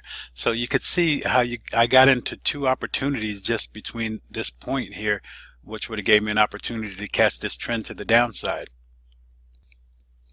So basically there's no set crazy rules that you're going to be following. You're just going to be looking at price action and observing. But some rules that you will want to follow is a lot of times, you know, when I'm looking at these trades, if the market breaks and closes below the opposite direction of the trend, then I don't take the trade because I'm trying to trade with the trend. So if I get an inside out here, so basically what we want to do, once we see that we're trading inside out right here, or we're trading inside right here, if the market comes up and closes above your box, then you're done. You take that box off, delete the box, and then move on for the next opportunity. All right, so you don't want the market to close in the opposite direction, or else you take that off the table and you look for something else. All right, and you could set your trades up as far as, you know, the conservative entry or the aggressive entry as shown. So let me make sure you're clear with that.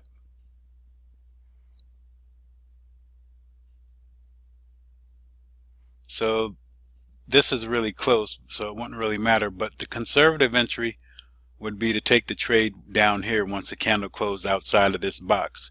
But the aggressive entry is going to be at the box, so you already put a pending order once you have inside trading inside that box, and then the market breaks, it triggers you already. Your conservative stop loss is going to be at the box, at the bottom of the box or the top of the box, depending on the direction you're trading. But your conservative stop loss will be on the candle that violates the box. All right, your aggressive stop loss will be on the candle that violates the box. All right, so that's what we're looking at when I'm talking about inside out trading. It's going to be a major concept. You guys are going to be able to come into the forum, and we have a lot of discussions about inside out trading and things of that nature. So I'm going to take you to some charts, and we'll look at some live charts in context, and I'll look at some where we see some inside out trading. All right, so let's continue to move on. Okay, so currently this is the live market here. This is the US dollar CAD, and the way I box this in, because it has an opportunity to be boxed in, first of all, it's boxed in right here. But I would look to box this candle in,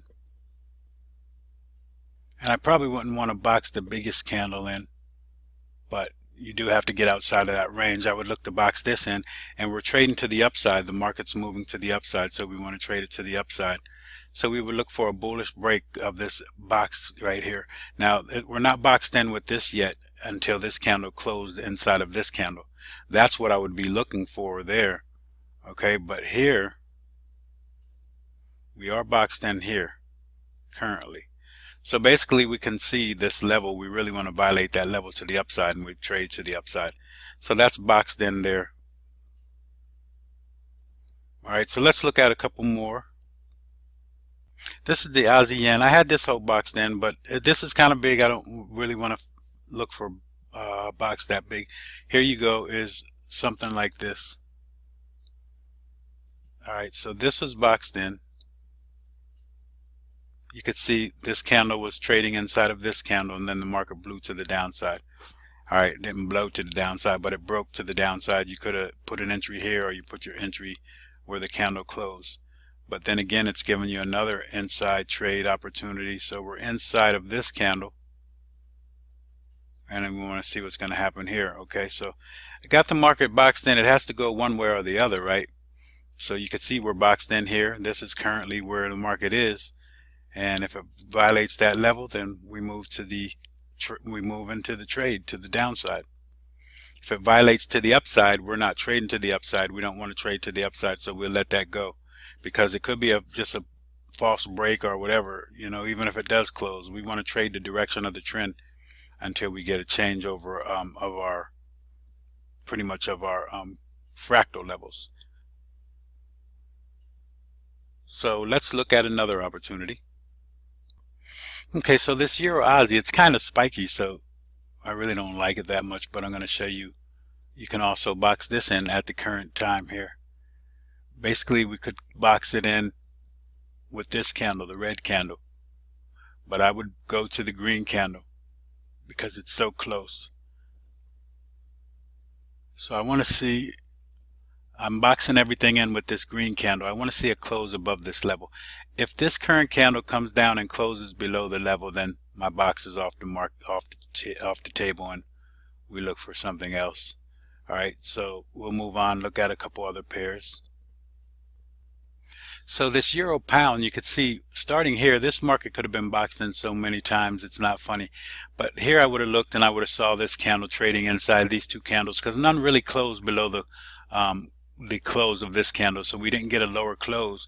We did get a lower low here, but I'm looking at this lower close. I would have boxed these two in, and then it would have became a third candle, and I would have kept this on the table. This is a good opportunity for you to look, because what I'm looking at here, guys, when we get the really small candles like this, this represents major consolidation. All right, and we want some consolidation in a trend, because when we get that consolidation, then we know that it's going to break out eventually. So we had inside trading here, but then we had a big candle blow above that level and then close. I wouldn't have taken this off the table. It closed back inside of this box. All right, and then it's also a rejection of the upper level, and then the market stayed inside here and then finally blew out to the downside. All right, now you could have put an entry in here and with a stop loss up here, but the market blew down. If you would have put your entry here at the market close, you would have had your stop loss up here, but you're still into a good trade, and then you're going to continue on. Then the market does the same thing again. It has to rest after that big move, so it consolidates a little. You get some traders that are taking profit and whatnot. So we're trading inside here, then we break out. We could have put our entry here, or we could enter here. So the market breaks out. The stop loss could be here, or it could be there. All right, and then we get another opportunity. Again, the market's trading inside on this candle. So now currently we're trading inside on this candle. All we have to do is sit here and wait, see which way the market's going to close. If it closes below, we're going to take the trade to the downside. All right, we're following that trend every time. When the trend exhausts itself and takes a little rest with that consolidation here, and then moves back to the downside. All right, so that's looking at how we can find opportunities in the live current markets. Let's look at a couple more opportunities. So I'm looking at the Euro New Zealand dollar. This is one that I wouldn't trade much often because it spikes a lot. But when the market was here, you had a chance to box this market in, and it's still inside the box pretty much 16 candles later or so, somewhere in there. But you could see what we have here. We're looking to trade to the downside, so you see we would have started with this candle, then we have 3, 4, 5, 6. 16 candles inside of one candle pretty much. I mean, we had a break here with a little violation, but we didn't close above. So I would have still kept this on, because if it would have closed above here, then I would have taken it off. But currently, if we close below this level here, then I'm looking to trade this to the downside. If it closes above, then I probably take the trade off the table. But you can see how many candles are inside of this one candle. So it doesn't have to be just 1, 2, 3 or so. This one is 15 candles inside of one. All right, so let's look at another opportunity. All right, so this is the Euro US dollar 4-hour time frame. There's a bunch of opportunities to box this market in, especially when you get this, but there was opportunities here. Okay, so we'll look at them really quick, and then we'll look at the current opportunity. You could box this market in right here. Okay, then you got a big close, probably bigger than you want, so you probably don't take that. And then I'm not going to really box this one in, because this is a great box to be in, but this candle's too big.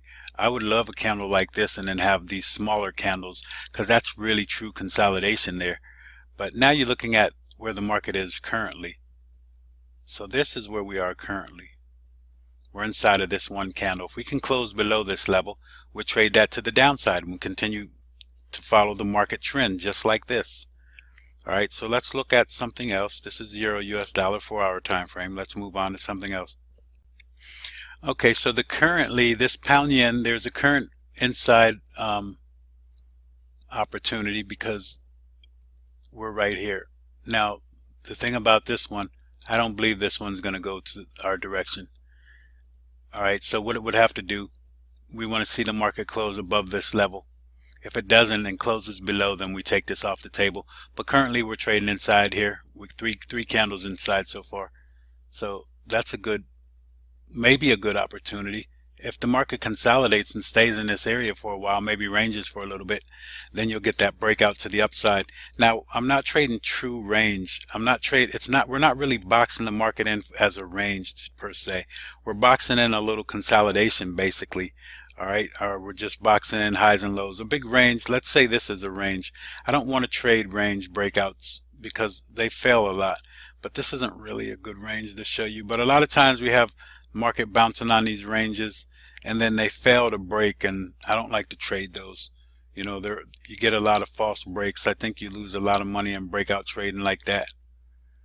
Okay, so that's looking at the pound yen. We're going to look at one more opportunity here and then we'll close out and continue with our next section. Okay, so the US dollar yen 4-hour time frame, the big picture here, we could box this whole thing in here, but I don't want to be boxing these huge candles in. I don't want to give the market that much of a range to go against me, so I want to box in normal size candles. What's pretty normal for this pair if you look at, so yeah, that would be pretty normal, but the smaller the candles, a little bit better, so like half of that, you know, but even that would be a good box, because if the market closes above that level, I'm taking the trade. All right, but while it's inside here, it's been in here for a few candles. You did break here, but I want to see a close if I'm going to take it off the table, really. Okay, and if you would have taken this trade on just the aggressive entry, you would have been stuck with a bad trade right now, and you would have been probably taken out, because let me show you. All right, so this aggressive entry here, you would have been right here. You entered here with an aggressive entry. So we'll make that a dashed line so we know what it is. That's our aggressive entry right there. And then we'll probably put a stop right here, be aggressive with it. All right, so if we put our stop there,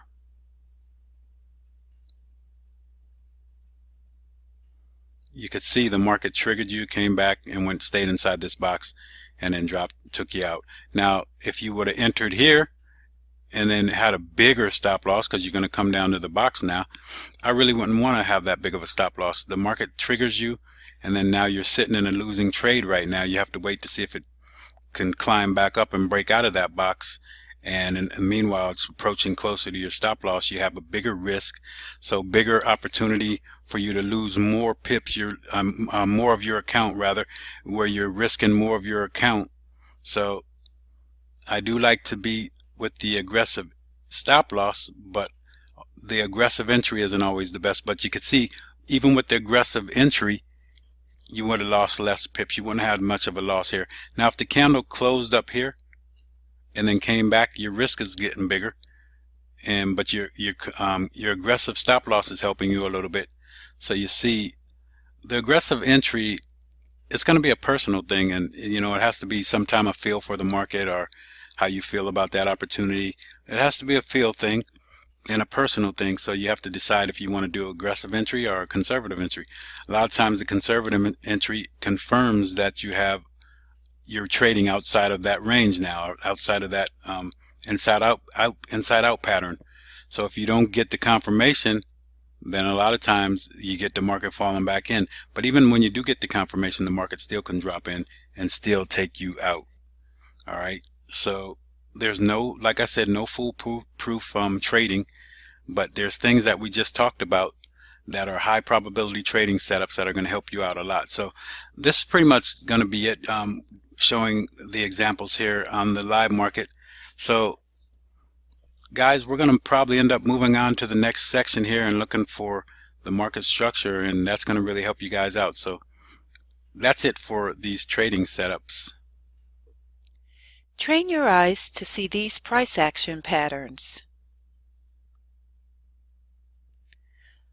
Conclusion.